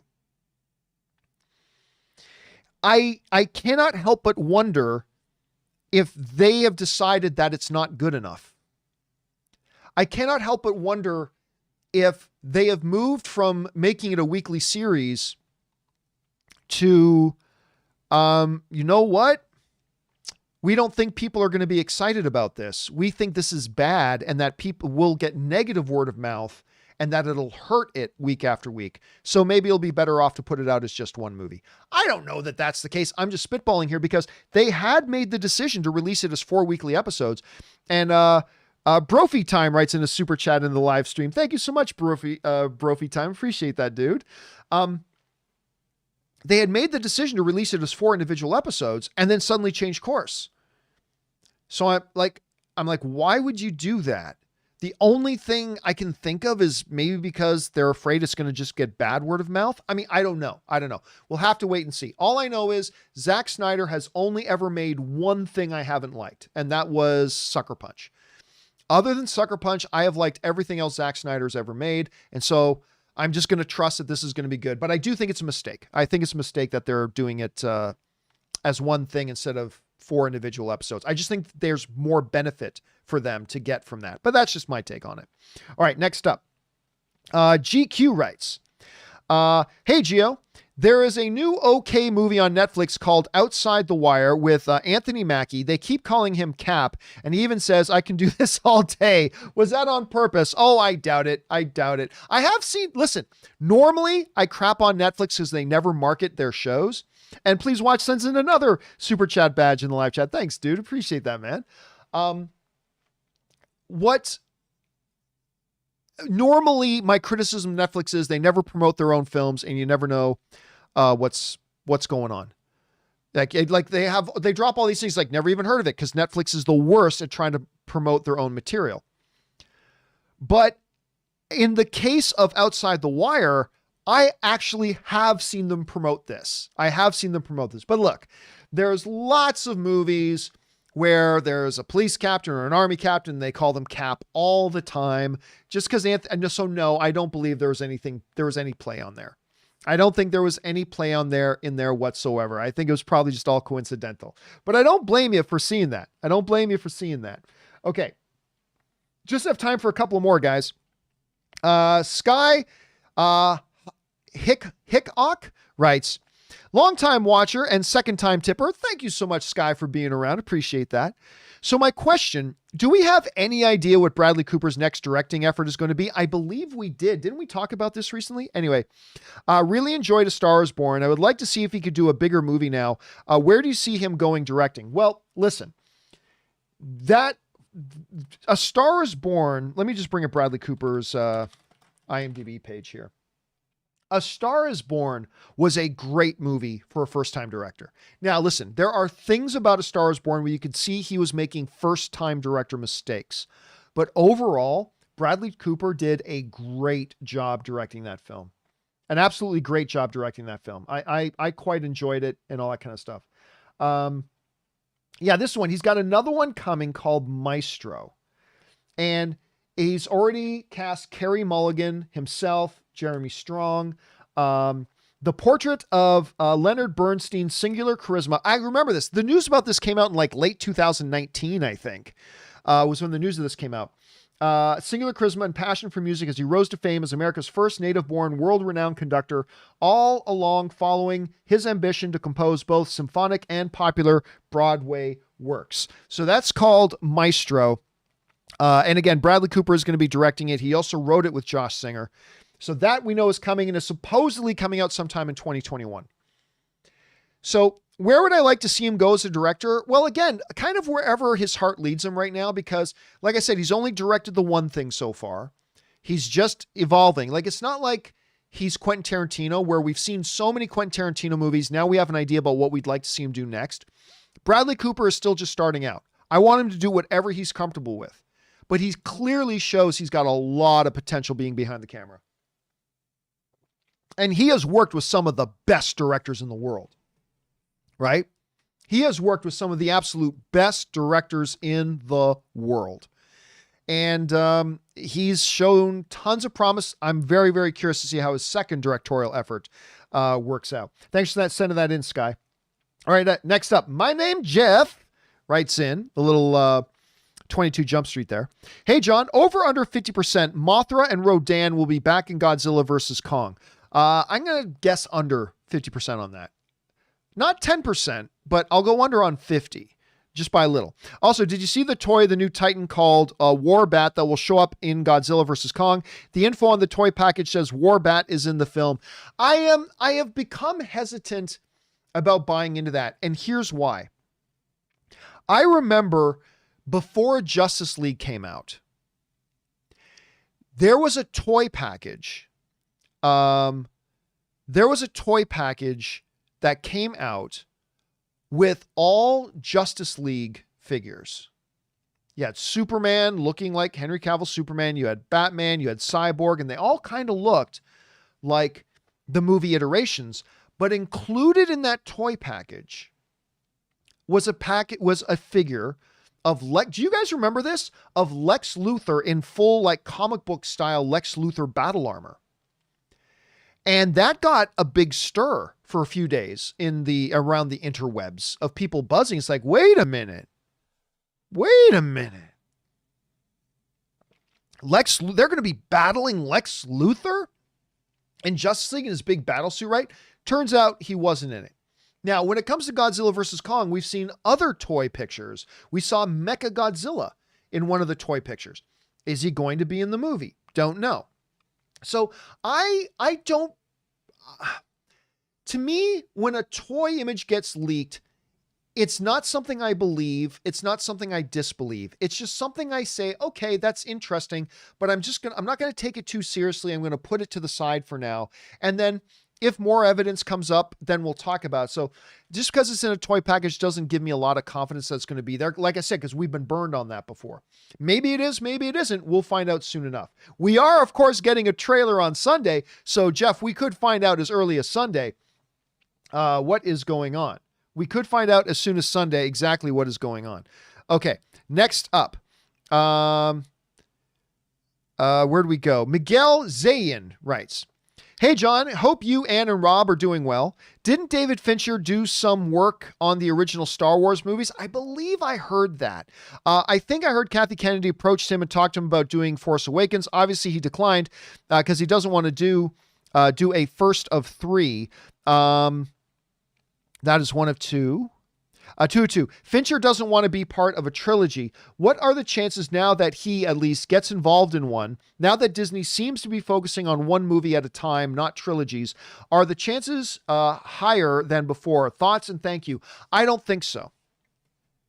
I don't think so. And the reason I don't think he will is because of what has been happening with him recently. It's not because of anything to do with Star Wars itself. I think the reason he won't be doing it is because what's been going on with him recently. Because he had been doing Mindhunter, right? And if you guys haven't seen Mindhunter, oh my God, you should watch Mindhunter. It's so good. But then they canceled season 3. It's canceled season 3. Part of it had to do with David Fincher's schedule. He's got a lot going on, and he's got 2 big things he says he's got coming up. Let me just bring up what he's working on. He's got a number of things he's working on as a producer. He just put out Mank, but he's got a couple of other things that he's producing coming up. So it seems to me that if he's so busy, he's passing on things like doing Mindhunter season 3. Oh, and I think I just missed something here. I think I missed something. Yes, Kung Fu Hot Dog, right? Writes in a super chat badge in the live chat. Thank you, Kung Fu Hot Dog. I appreciate that, man. Sorry about that. Almost missed that. If he's so busy with that, then I wouldn't doubt at all that he probably doesn't have time to do Star Wars. He's clearly focused on something right now, something that I bet we haven't even heard of yet. That's my guess. That's my speculation. I remember me and Rob were talking about the whole Mindhunter. And again, if you haven't watched Mindhunter, oh my God, you should watch Mindhunter. But when Robert and I were talking for a bit about the Mindhunter situation, and we both kind of felt like, I bet he's got something big in the works that nobody even knows about yet. So for that reason, I'm going to go out and guess that we're not going to see him involved in a Star Wars thing. But John, what if the big thing he's working on is the Star Wars thing? Well, then wouldn't that be interesting? But I'm going to guess it's not. I'm gonna guess it's not, but I think it's probably not Star Wars. I think it's probably not Star Wars, but maybe it could be. Where did it go? Oh, there's another My Name Jeff question that I missed out. I knew I had to missed one. I missed Jay Meister, but it looks like I missed one from My Name Jeff as well. So let's get to this quick, and then we'll wrap up the show. My Name Jeff's second question is, do you have a favorite MonsterVerse original monster like Muto, Skullcrawler, Skyla, or Methuselah? My favorite is Behemoth because I loved elephants. It's very rare to see a mammal kaiju other than Kong. By the way, I'm not Team Kong or Team Godzilla. I'm Team Up. There you go. Now, here's the interesting thing though, Jeff, about Godzilla versus Kong is that they have said there is going to be a winner in the fight. Much like Batman versus Superman, they had a winner in the fight, which I thought was great. I think everybody was afraid in Batman versus Superman, they just make it a draw, but Batman won the fight. Great.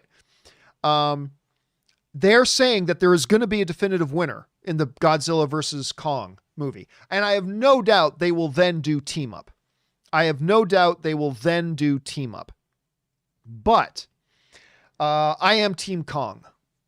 I think his ground and pound game is going to be too tough for Godzilla. Godzilla's going to want to keep it on his feet. Godzilla's no good on the ground. He flails around like a big lizard, right? He just flails around on the ground. He's no good on the ground. If it goes to the mat, Godzilla's done. Where Godzilla is good at is when he can be on his feet and he can strike from a distance, right?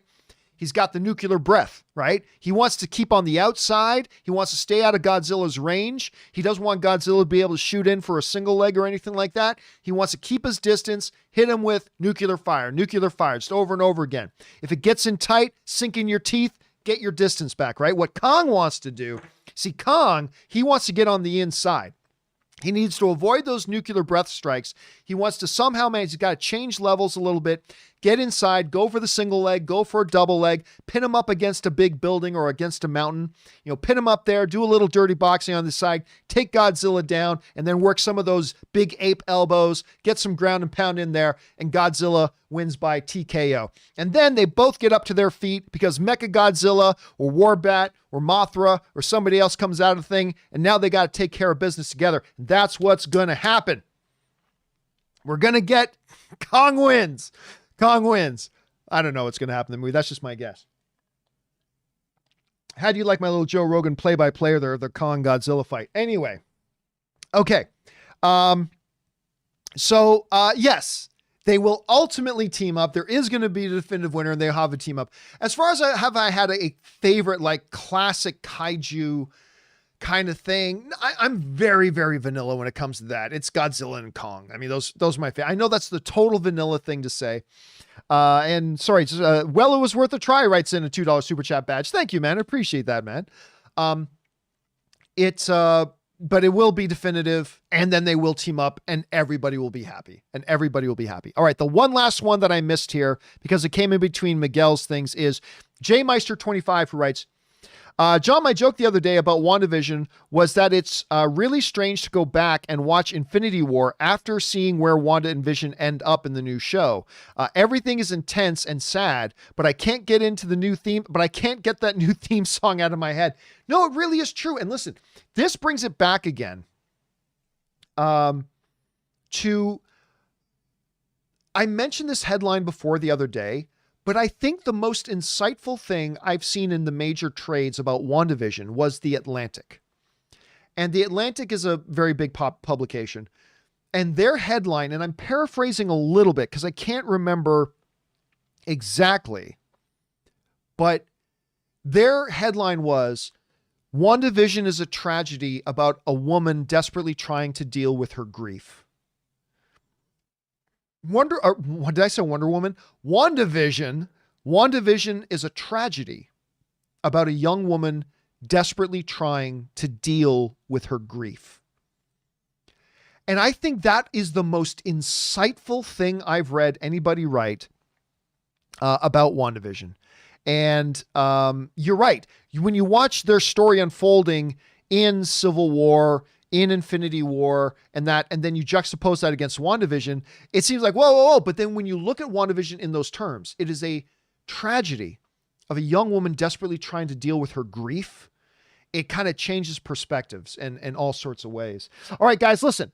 For everybody else, from Suthius, Not Your Average Padawan, KC the Sledge Story, and on, do not worry, guys. Going to do a companion video a little bit later. We'll get caught up on your questions. And then, of course, the John Campea Show will return again on Monday.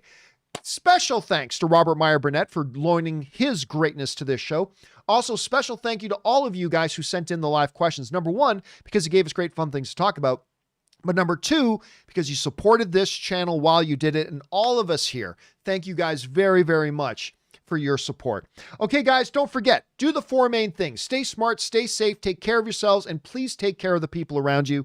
That'll do it for me for now, guys. Thanks a lot for being here. My name's John Campea, and until next time, my friends, Team Kong.